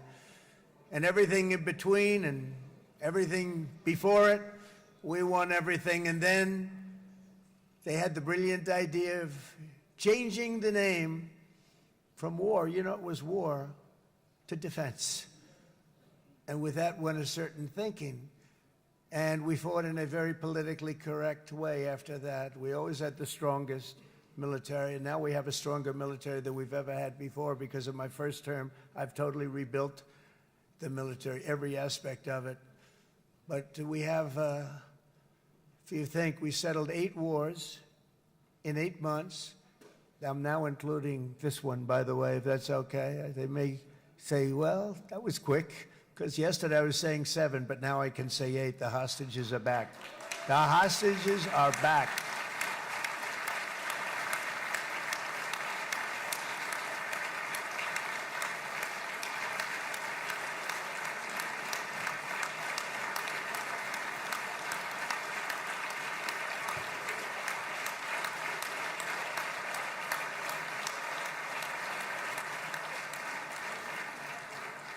It is a good feeling. Isn't that nice to say? You know, I just said the hostage. First time I said the hostages are back. It feels so good to say it. But when you settle 8 wars in 8 months, that means you don't like war. Everyone thought I was going to be brutal. In fact, I remember Hillary Clinton during a debate, she said, look at him, he's going to go to war with everybody. And actually, she said, he's got a personality that's all about war. No, my personality actually is all about stopping wars, and it seems to work. Seems to work. But it also means this name change and our attitude that we're not going to go into a war, but if we do, we're going to win that war like nobody has ever won a war before. We will not be politically correct, but we're not going to be there. And I think, you know, as you mentioned, Bibi, before, peace through strength, and that's what it's all about. The United States has the greatest and most powerful military in the, right now, history of the world. I can tell you we have weapons that nobody's ever dreamt of. I only hope we never have to use them. I rebuilt the military. I was proud to do it, but some of the things I hated to do. I hated certain of the weapons because the level of power is so enormous. It's so dangerous, so bad. But we have to do what we have to do. We make the best weapons in the world, and we've got a lot of them. And we've given a lot to Israel, frankly. And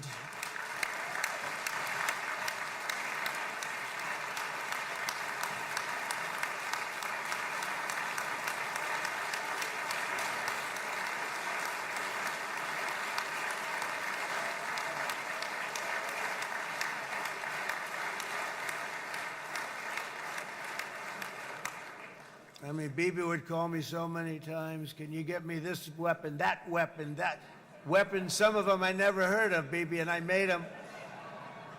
But we'd get them here, wouldn't we? Huh? And they are the best. They are the best.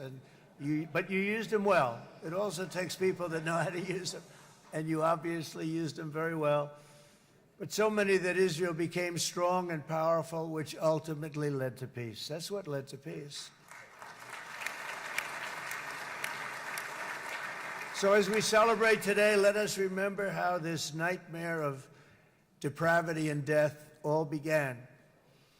2 years ago, on the eve of the Simchat Torah holiday, thousands of innocent Israeli civilians were attacked by terrorists, and one of the most evil and heinous desecrations of innocent life the world has ever seen, the worst slaughter of Jews since the Holocaust.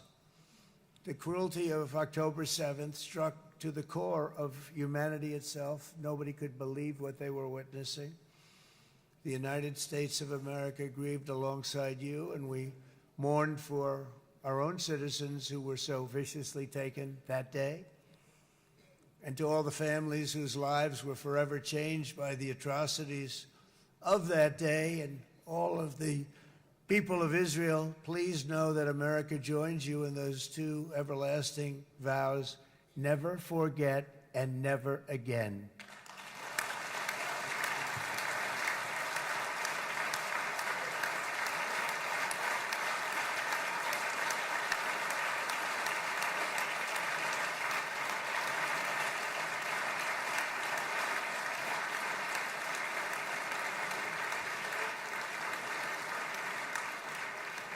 From October 7th until this week, Israel has been a nation at war, enduring burdens that only a proud and faithful people could withstand. It was a very tough period of time. For so many families across this land, it has been years since you've known a single day of true peace. But now at last, not only for Israelis, but also for Palestinians and for many others, the long and painful nightmare is finally over. And as the dust settles, the smoke fades, the debris is removed, and the ashes cleaned from the air, the day that breaks on a region transformed, and a beautiful and much brighter future appears suddenly within your reach. This is now a very exciting time for Israel and for the entire Middle East, because all across the Middle East, the forces of chaos, terror, and ruin that have plagued the region for decades now stand weakened, isolated, and totally defeated. A new coalition of proud and responsible nations is emerging, and because of us, the enemies of all civilization are in retreat. Thanks to the bravery and incredible skill of the Israeli Defense Forces and Operation Rising Lion,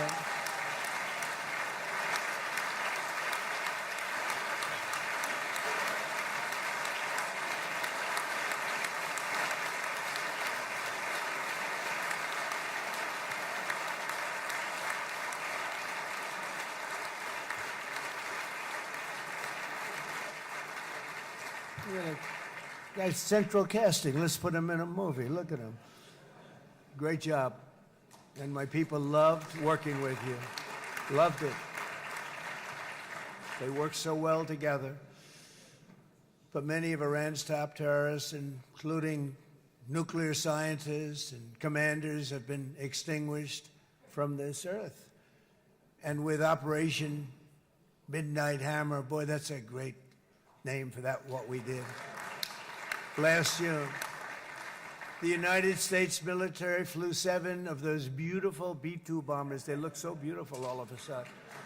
They were always, I thought they were pretty planes. I had no idea they could do what they did. In fact, we just ordered 28 more of them. A little updated version. We ordered a whole pile of them. And almost 100 other planes went with them, including fighter jets. And we had 52 tankers, big, beautiful, brand new tankers that were loading them up 4 or 5 times. They've traveled 37 hours back and forth, think of that.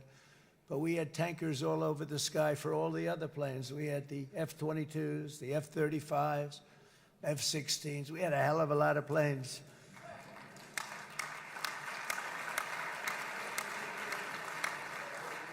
So we had 52 gas stations in the sky. That's what they call them. I'll tell you, I wouldn't want to be flying one of them. We have our great General Raisin Cain right here. General, stand up. This guy. What a general. Thank you.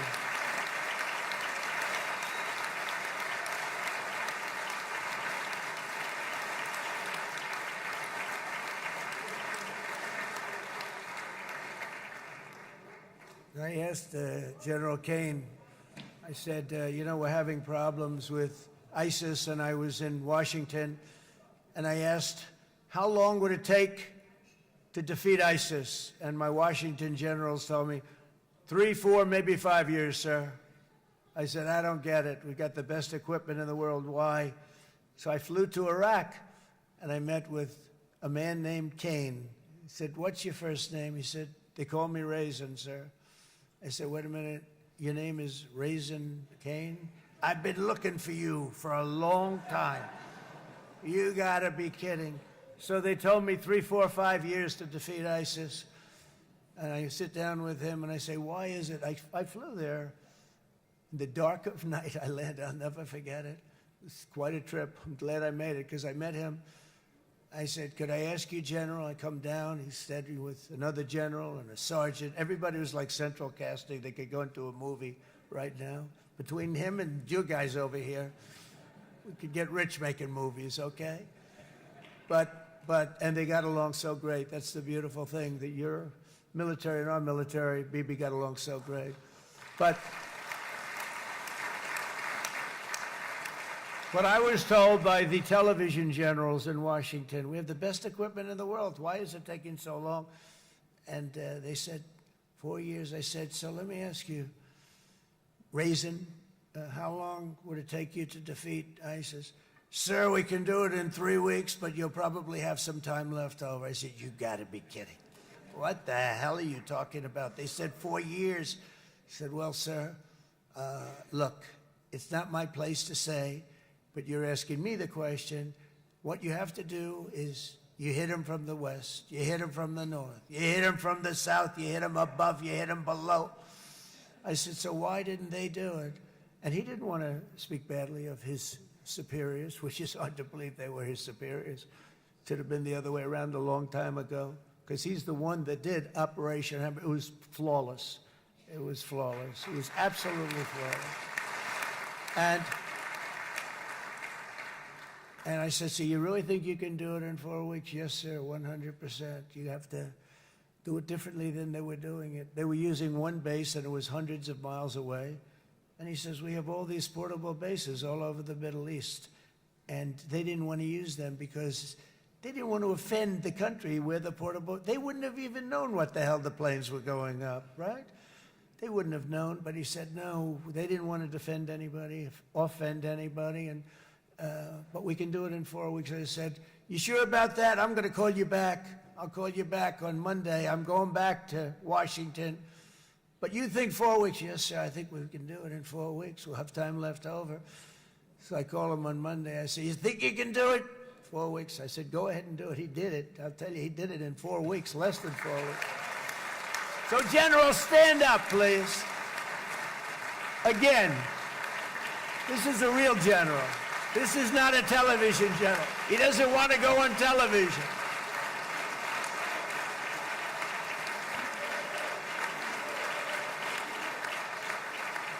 He doesn't want to go on television. I said the other guys love being on television. So we dropped 14 bombs on Iran's key nuclear facilities, totally, as I said originally, obliterating them. And that's been confirmed, and everybody understands it. Together we stopped the #1 state sponsor of terror from obtaining the world's most dangerous weapons. And if you think about it, if we didn't do that, and assuming we made the same deal that we have today, there'd be a dark cloud over this deal.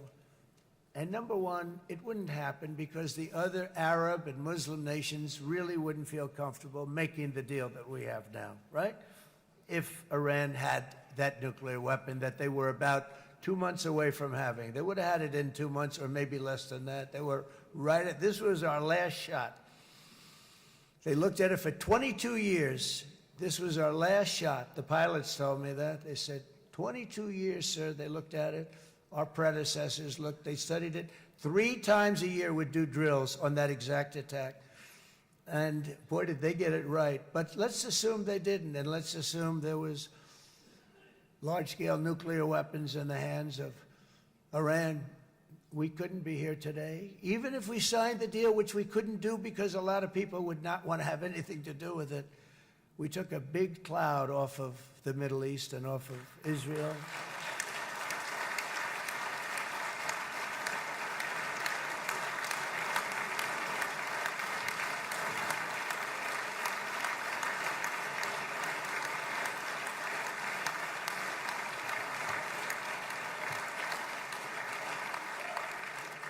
And it was my honor to help. But isn't it true, though, that can you imagine the same, let's assume, Bibi, the same documents, we had everything the same, but you had somebody out there that was, in the opinion of everybody, all-powerful in the Middle East. They took a big hit, didn't they? Didn't they take a big hit? Boy, oh boy. They got it from one side, from the other. And you know it would be great if we could make a peace deal with them, and I think that's big. Would you be happy with that? Wouldn't it be nice, I think? Because I think they want to. I think they're tired. Somebody said, sir, they're starting their nuclear program again. I said, let me tell you something. They're not starting anything. They want to survive. The last thing they want to do is start digging holes again in mountains that just got blown up and start. They're not doing it. They want to survive, okay? But I think we have a chance. Steve, you, and I think Jared, come on, I'll call you back for another one. We always bring Jared when we want to get that deal closed. We bring Jared, but Steve, you and Jared and the General and Pete and Marco, you'll get that deal done easy. I think that'll be easy. But first we have to get Russia done. We got to get that one done. If you don't mind, Steve, let's focus on Russia first, all right? We'll get it done. In Lebanon, the dagger of Hezbollah, long aimed at Israel's throat, has been totally shattered. My administration is actively supporting the new president of Lebanon in his mission to permanently disarm Hezbollah's terror brigades. He's doing very well. And build a thriving state at peace with its neighbors, and you're very much in favor of that, I know, and it's good things are happening there, really good things. And with this week's ceasefire, we've achieved the most challenging breakthrough of them all. The most challenging breakthrough maybe ever. I mean, I've never seen anything like it. I've been involved in a lot of success. I have never seen anything like what's going on today all over the world. People are dancing in the streets, not just in Israel. They're dancing in the streets of countries that would have never danced in the street about what's happening today. They're dancing in those streets. So this long and difficult war has now ended. You know, some people say 3,000 years, some people say 500 years, whatever it is. It's the granddaddy of them all. And in an unprecedented achievement, virtually the entire region has endorsed the plan that Gaza will be immediately demilitarized, that Hamas will be disarmed, and Israel's security will no longer be threatened in any way, shape, or form.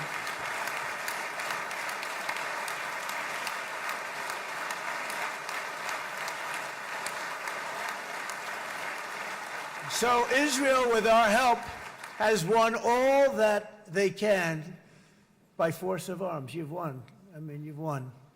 Now it's time to translate these victories against terrorists on the battlefield into the ultimate prize of peace and prosperity for the entire Middle East. It's about time you were able to enjoy the fruits of your labor. Mr. Opposition Leader. I said he's a very nice opposition leader. I think, no, he's a nice man. Bibi, he's a nice man. Good. He knows what he's doing, right? No, a very nice guy. Well, see, now you can be a little bit nicer, Bibi, because you're not at war anymore, Bibi.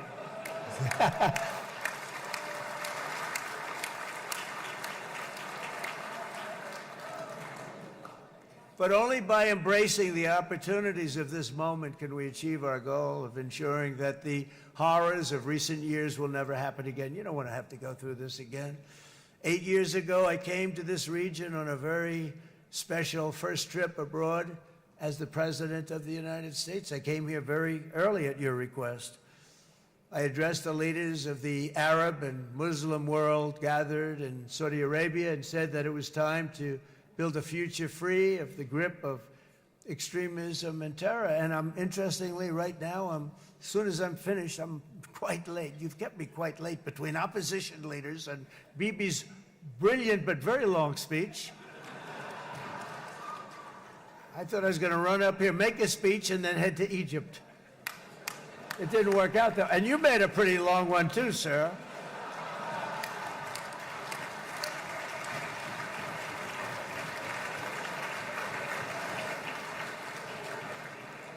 But I liked what you all said. It could be worse. Supposing on top of it, I didn't like what you said. That would be no good, Ron, would it? Ron, you did a great job, by the way, Ron.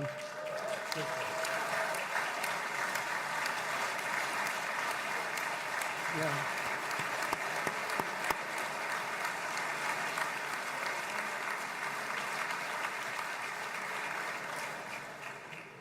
So I'm going to be meeting, actually, in a little while, I'm going to be meeting with the most powerful, the richest nations, really, in the world, although now, with the tariffs, the United States is by far the richest nation in the world, as you probably have been reading. But the richest nations, most powerful nations, you know, tremendous, headed by some tremendous people in many cases. Some cases I wouldn't say necessarily I would endorse, but I will tell you, some incredible people that really helped us make this all possible. So I'll be going there. I'll be quite late. They might not be there by the time I get there, but we're going to give it a shot. But the journey we started back then led to the crushing defeat of the ISIS caliphate, to the monumental Abraham Accords, and ultimately to the historic ceasefire this week, in which many of those same nations really played a very pivotal role, I have to tell you. Steve will tell you that. Jared will tell you that. Together, we've shown that peace is not just a hope that we can dream about. It's a reality we can build upon day by day, person by person, and nation by nation. And because of that, the Middle East is finally ready to embrace its extraordinary potential. You have extraordinary potential in this region. It should now be clear to everyone throughout the region that decades of fomenting terrorism and extremism, jihadism and anti-Semitism have not worked. They haven't worked. They've been a disaster. They've just killed. They've killed.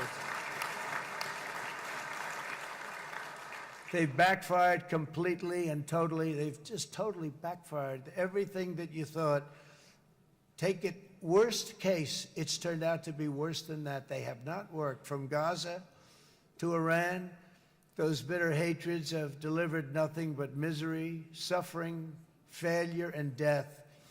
They've served not to weaken Israel, but to annihilate the very forces that did the most to foment this hatred. And it's really, I mean, everybody that's tried it has become irrelevant. Meanwhile, we've seen those nations that set aside their differences, reached across ancient divides, and pursued engagement are now among the most successful in the region. They're getting along with Israel, and they're doing great. And I can tell you the 4 nations that joined the Abraham Accords early on, and you'd all be doing me a favor, and I'm going to be saying this in a little while to some other friends, would love you all to, is this right, Jared? Join up in the Abraham Accords. We have to join up and get together. You can have that whole thing filled out. We had a very weak administration, worst president in the history of our country by far. And Barack Obama was not far behind, by the way.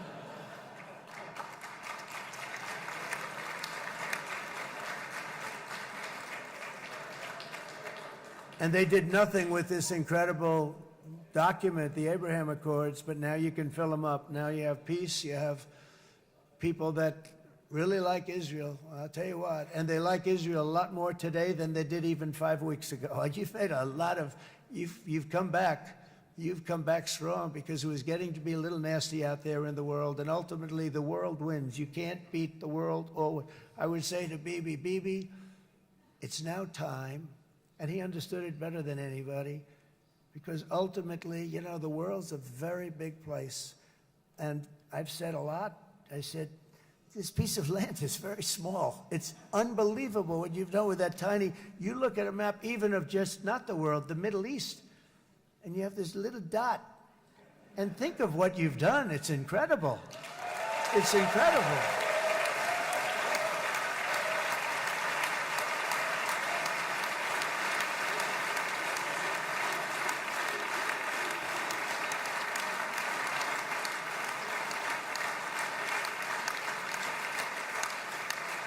But the world is loving Israel again. And I said to Bibi, you know, the world is big and it's strong. And Ron, ultimately, the world wins. And we don't have to worry about that now. But there was getting to be a period of time over the last few months, you know, the world wanted peace and Israel wanted peace. Everybody did. Everybody did. And what a victory it's been, right? What a victory it's been. If you would have gone on for 3, 4 more years, keep fighting, it was getting bad. It was getting heated. The timing of this is brilliant. And I said, Bibi, you're going to be remembered for this far more than if you kept this thing going, kill. It would be it would not be the same. And I just want to congratulate you for having the courage to say, that's it, we've won. And now let's enjoy our lives and let's rebuild Israel and make it stronger and bigger and better than it's ever been before. We're going to do that. Took a lot of guts. And the choice for Palestinians could not be more clear. This is their chance to turn forever from the path of terror and violence. It's been extreme, to exile the wicked forces of hate that are in their midst, and I think that's going to happen. I've met some people over the last couple of months that want to see it happen very much, and after tremendous pain and death and hardship, now is the time to concentrate on building their people up instead of trying to tear Israel down. We don't want that to happen again. And the total focus of Gazans must be on restoring the fundamentals of stability, safety, dignity, and economic development so they can finally have the better life that their children really do deserve after all these decades of horror. I intend to be a partner in this effort in the sense that we're going to help and we're going to do something that became unbelievably popular. Everybody wants to be on it. It's called the Board of Peace, okay? How about that? Is that a beautiful name? Like a board of peace.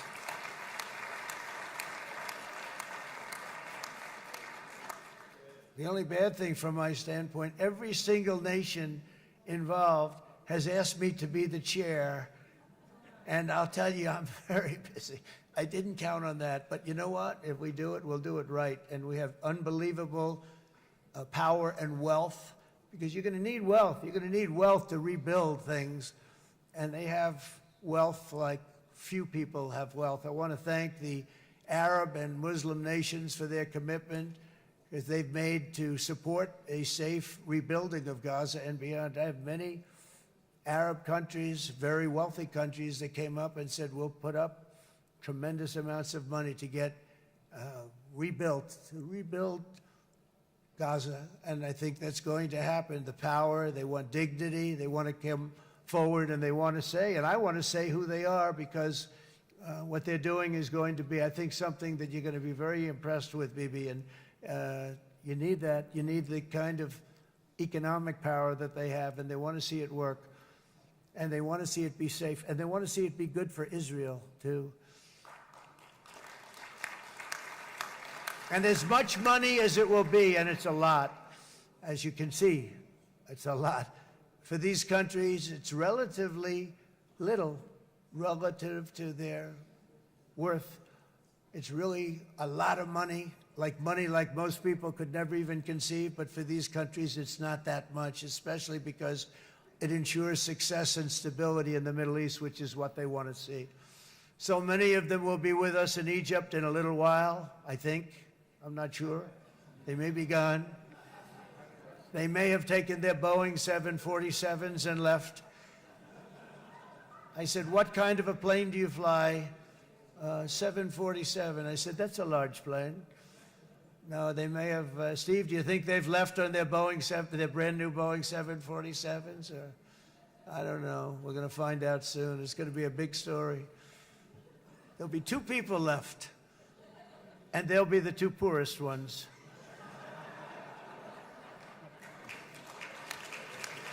But it will be the wealthiest and most powerful group of nations. So the group that we have assembled, that's waiting for us, is the wealthiest and most powerful group ever assembled at one time. There has never been a group like this. And they're only looking for good. They want good. They're going to do good. And as those commitments are made, I'm going to let the world know who's doing it, because they really deserve to get the credit. And some of them probably won't want the credit, but they deserve it. It's more obvious than ever that the productive and responsible nations of this region should not be enemies or adversaries. You should be partners and eventually even friends, and that's what's going to happen. I know it. Together you can stand against the forces of chaos. Yeah, you go ahead. That's an important point.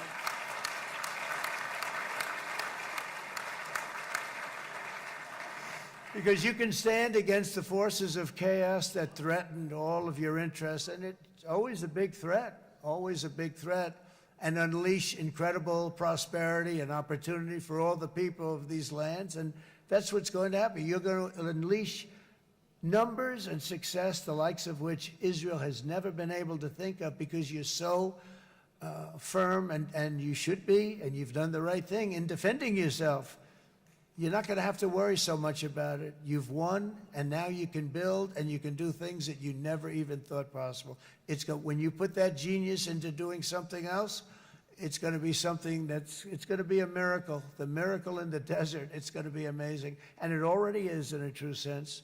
But it'll be wonderful when you can spend time thinking about other than war and defense and offense also. To that end, it's my firm hope and dream, frankly, that together the Abraham Accords will turn out to be everything that we thought they would.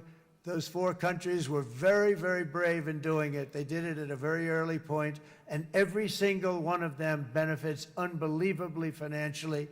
And if you noticed, even in this bad period that we just went through, they all remained a member of the Abraham Accords. They've done unbelievably well. And you know who you are, and I want to thank you. And they've stayed because of loyalty, but they've also stayed because it was really good business. They've made a lot of money being members, and you're going to all, I hope that every one of the countries that we're seeking, Jared, I hope they join quickly. No games, no nothing. Just join, get it. It's going to be a great peacemaker. It's really going to bring it together beyond any.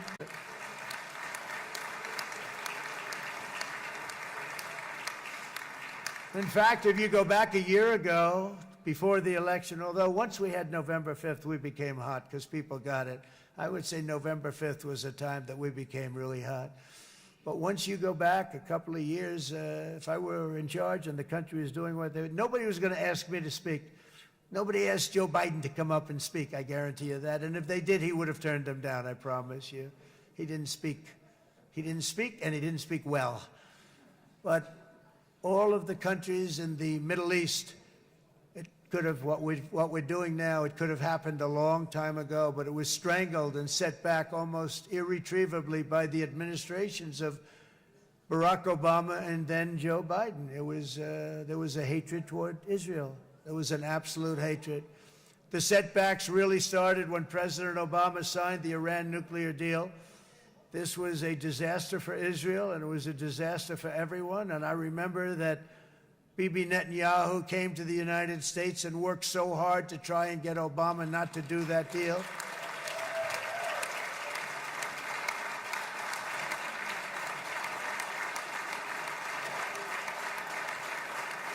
He worked so hard.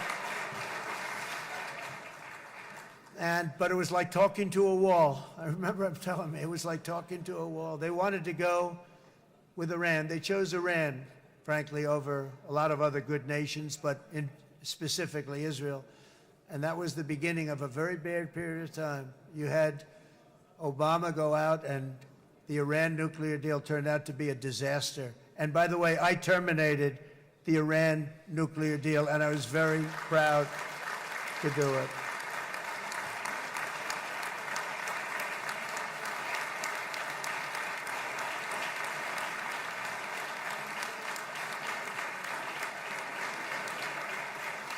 Yet even to Iran, whose regime has inflicted so much death on the Middle East, the hand of friendship and cooperation is open. I'm telling you, they want to make a deal. That's all I do in my life. I make deals. I'm good at it. I've always been good at it. And I know when they want. Even if they said, we don't want to make a deal, I can tell you they want to make a deal. All right, they do. They want to make a deal, and we're going to see if we can do something, because this is crazy what's happening, and we're not going to have this anymore. Neither the United States nor Israel bear the people of Iran any hostility. We merely want to live in peace. We don't want any looming threats over our heads, and we don't want to even think in terms of nuclear destruction. It's not going to happen, never will happen. There's nothing that would do more good for this part of the world than for Iran's leaders to renounce terror, stop threatening their neighbors, quit funding their militant proxies, and finally recognize Israel's right to existence. They have to do that. They have to do that. And to Iran, and as you know, this is not said out of weakness. There's no weakness. But I'm going to say this, that we are ready when you are, and it will be the best decision that Iran has ever made. And it's going to happen. It's going to happen. And they're good people. I know a lot of Iranians in the United States. They're good people, smart, hardworking people. They don't want to see what's happened to their country.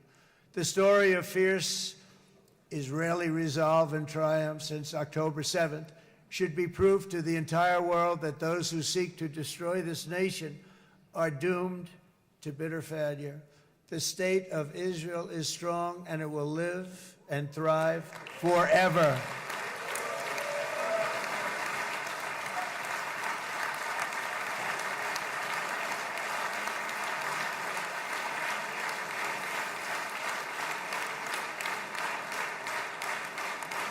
And that is why Israel will always remain a vital ally of the United States of America. Israelis share our values, field one of the world's most powerful militaries. You really do. You have an amazing, what a job you've done. And have one of the most innovative economies on earth. Those are just a few of the reasons why I'm proud to be the best friend that Israel has ever had. And they all say it in the White House. They all say it. I guess it's true because everybody says it, baby. You said it today. Thank you. But as president, I terminated the disastrous Iran nuclear deal, and ultimately I terminated Iran's nuclear program with things called B-2 bombers. It was swift, and it was accurate, and it was a military beauty. I authorized the spending of billions of dollars, which went to Israel's defense, as you know. And after years of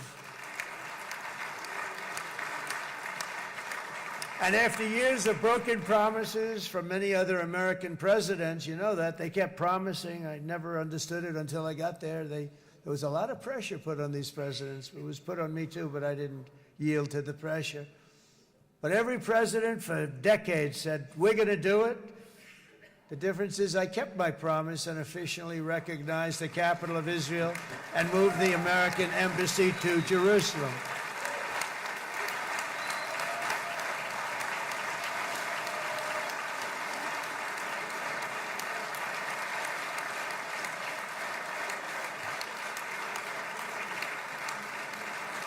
Isn't that right, Miriam? Look at Miriam. She's back there. Stand up, Miriam. Stand up.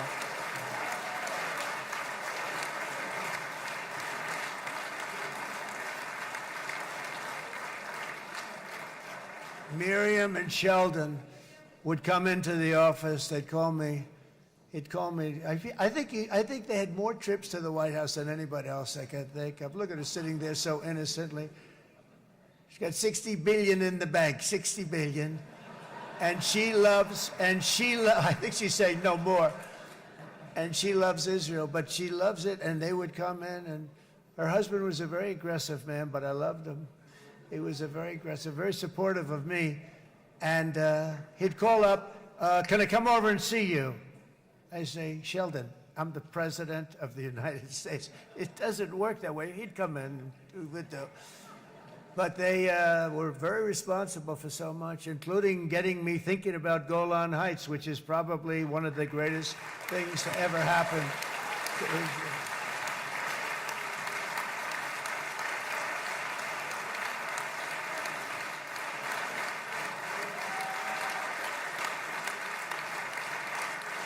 Miriam, stand up, please.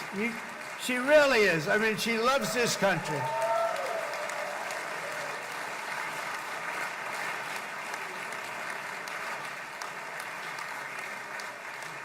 She loves this country. Her and her husband are so incredible. We miss him so dearly.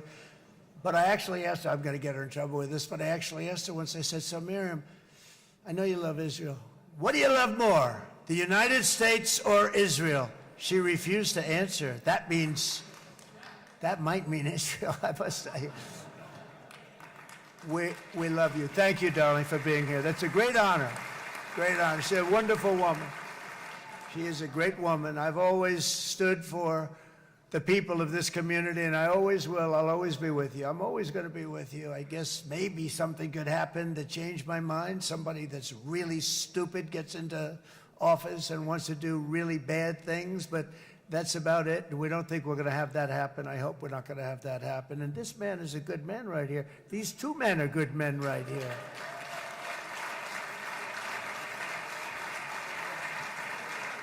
Hey, I have an idea.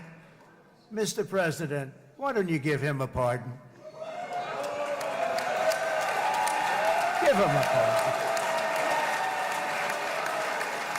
Come on.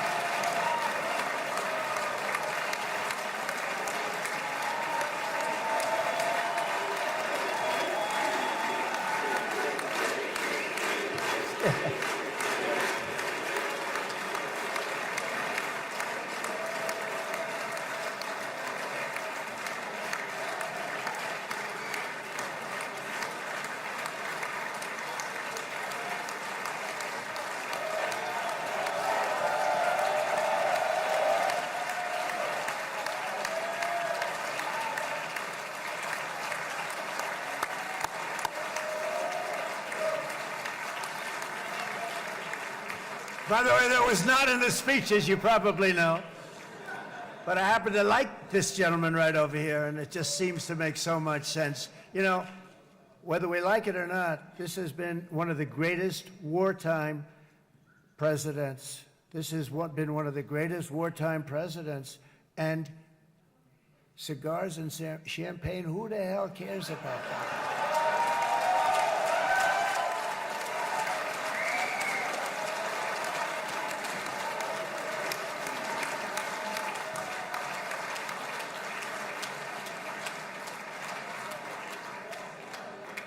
All right, enough controversy for the day, right? Actually, I don't think it's very controversial. So, you know, I mean, I see so popular. You are a very popular man. You know why? Because you know how to win.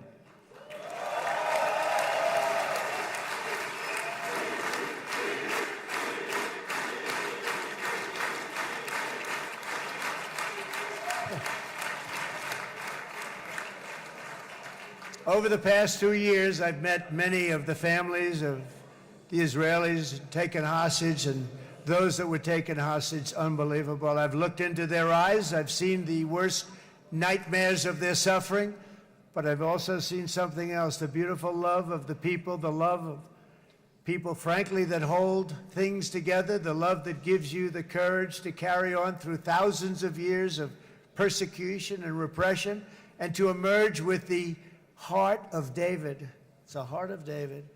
It's that love that's defeated the enemies of civilization, built this incredible country and this unbelievable economy, and forged one of the great democracies of the world.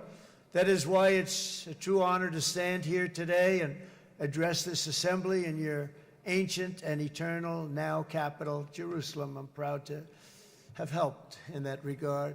This city and this nation stand as living proof that a much brighter future for this entire region is truly within our grasp. For thousands of years, Jerusalem has been a home to Christians, Jews, Muslims, and people of all ethnicities and creeds. This is the holy center of the world's three great Abrahamic faiths. I like that too. Adorned, it's the first time I've seen that word in a while.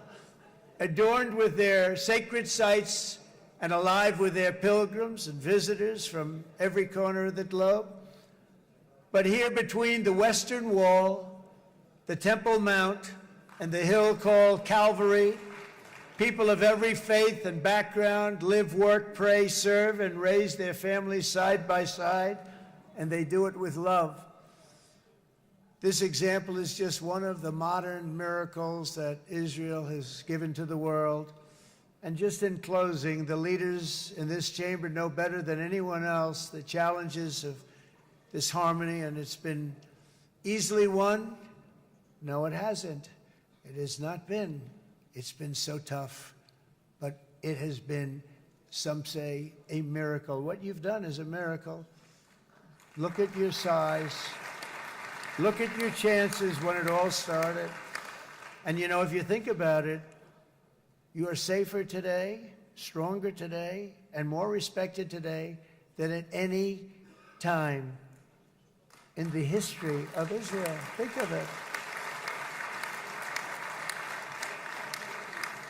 People used to say it wouldn't exist. They don't say that anymore, do they? Yet if safety, security, and coexistence can thrive here in the winding alleys and ancient paths of Jerusalem, then surely peace and respect can flourish among the nations of the broader Middle East. The God who once dwelled among his people in this city still calls us, in the words of Scripture, the turn from evil and do good, to seek peace and pursue it. So he still whispers truth into the hills and knolls and valleys of his magnificent creation, and he still writes hope into the hearts of his children all over the world. And that is why even after 3,000 years of pain and conflict, the people of Israel have never given up from the threats of Zionism, from all sorts of threats. You want the promise of Zion. You want the promise of success and hope and love and God. And the people of America have never lost faith in the promise of a great and blessed future for all of us. From the very first day that modern Israel was founded, we have stood together through thick and thin of setbacks, and through victory and defeat, through glory and heartache. We have built industries together. We have made discoveries together. We have confronted evil together, and we have waged war together. And perhaps most beautifully of all, we have made peace together. And this week, against all odds, we have done the impossible and brought our hostages home.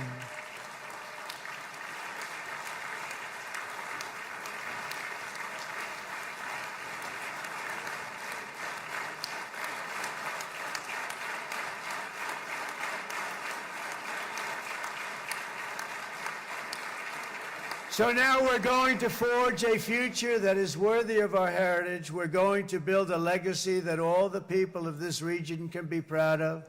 New bonds of friendship, cooperation, and commerce will join Tel Aviv to Dubai, Haifa to Beirut, Jerusalem to Damascus, and from Israel to Egypt, from Saudi Arabia to Qatar, from India to Pakistan, from Indonesia to Iraq, from Syria to Bahrain, Turkey to Jordan, the United Arab Emirates to Oman, and Armenia to Azerbaijan, another war that I just settled. We are going to have hope harmony, opportunity, and happiness here in the spiritual and geographic center of the entire world. That's what you are. Israel, America, and all of the nations of the Middle East will soon be safer, stronger, greater, and more prosperous than ever before.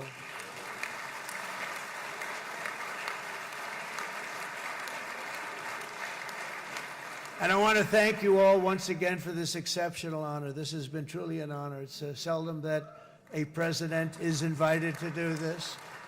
And I love Israel. I'm with you all the way. You will be bigger, better, stronger, and more loving than ever before.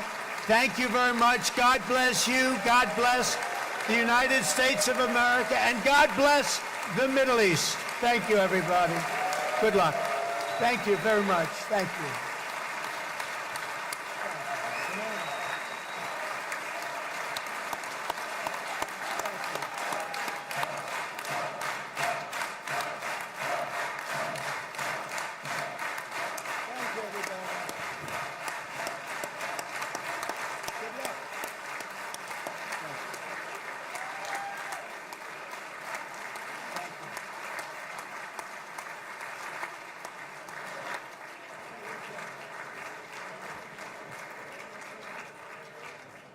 אני מודה לנשיא ארצות הברית של אמריקה על דבריו. חברות וחברי הכנסת, תם סדר היום. הישיבה הבאה תתקיים ביום שני, כ"ח בתשרי התשפ"ו, 20 באוקטובר 2025 בשעה 16:00. חג שמח ובשורות טובות. ישיבה זו נעולה. כבוד הנשיאים וכבוד יושב ראש הכנסת.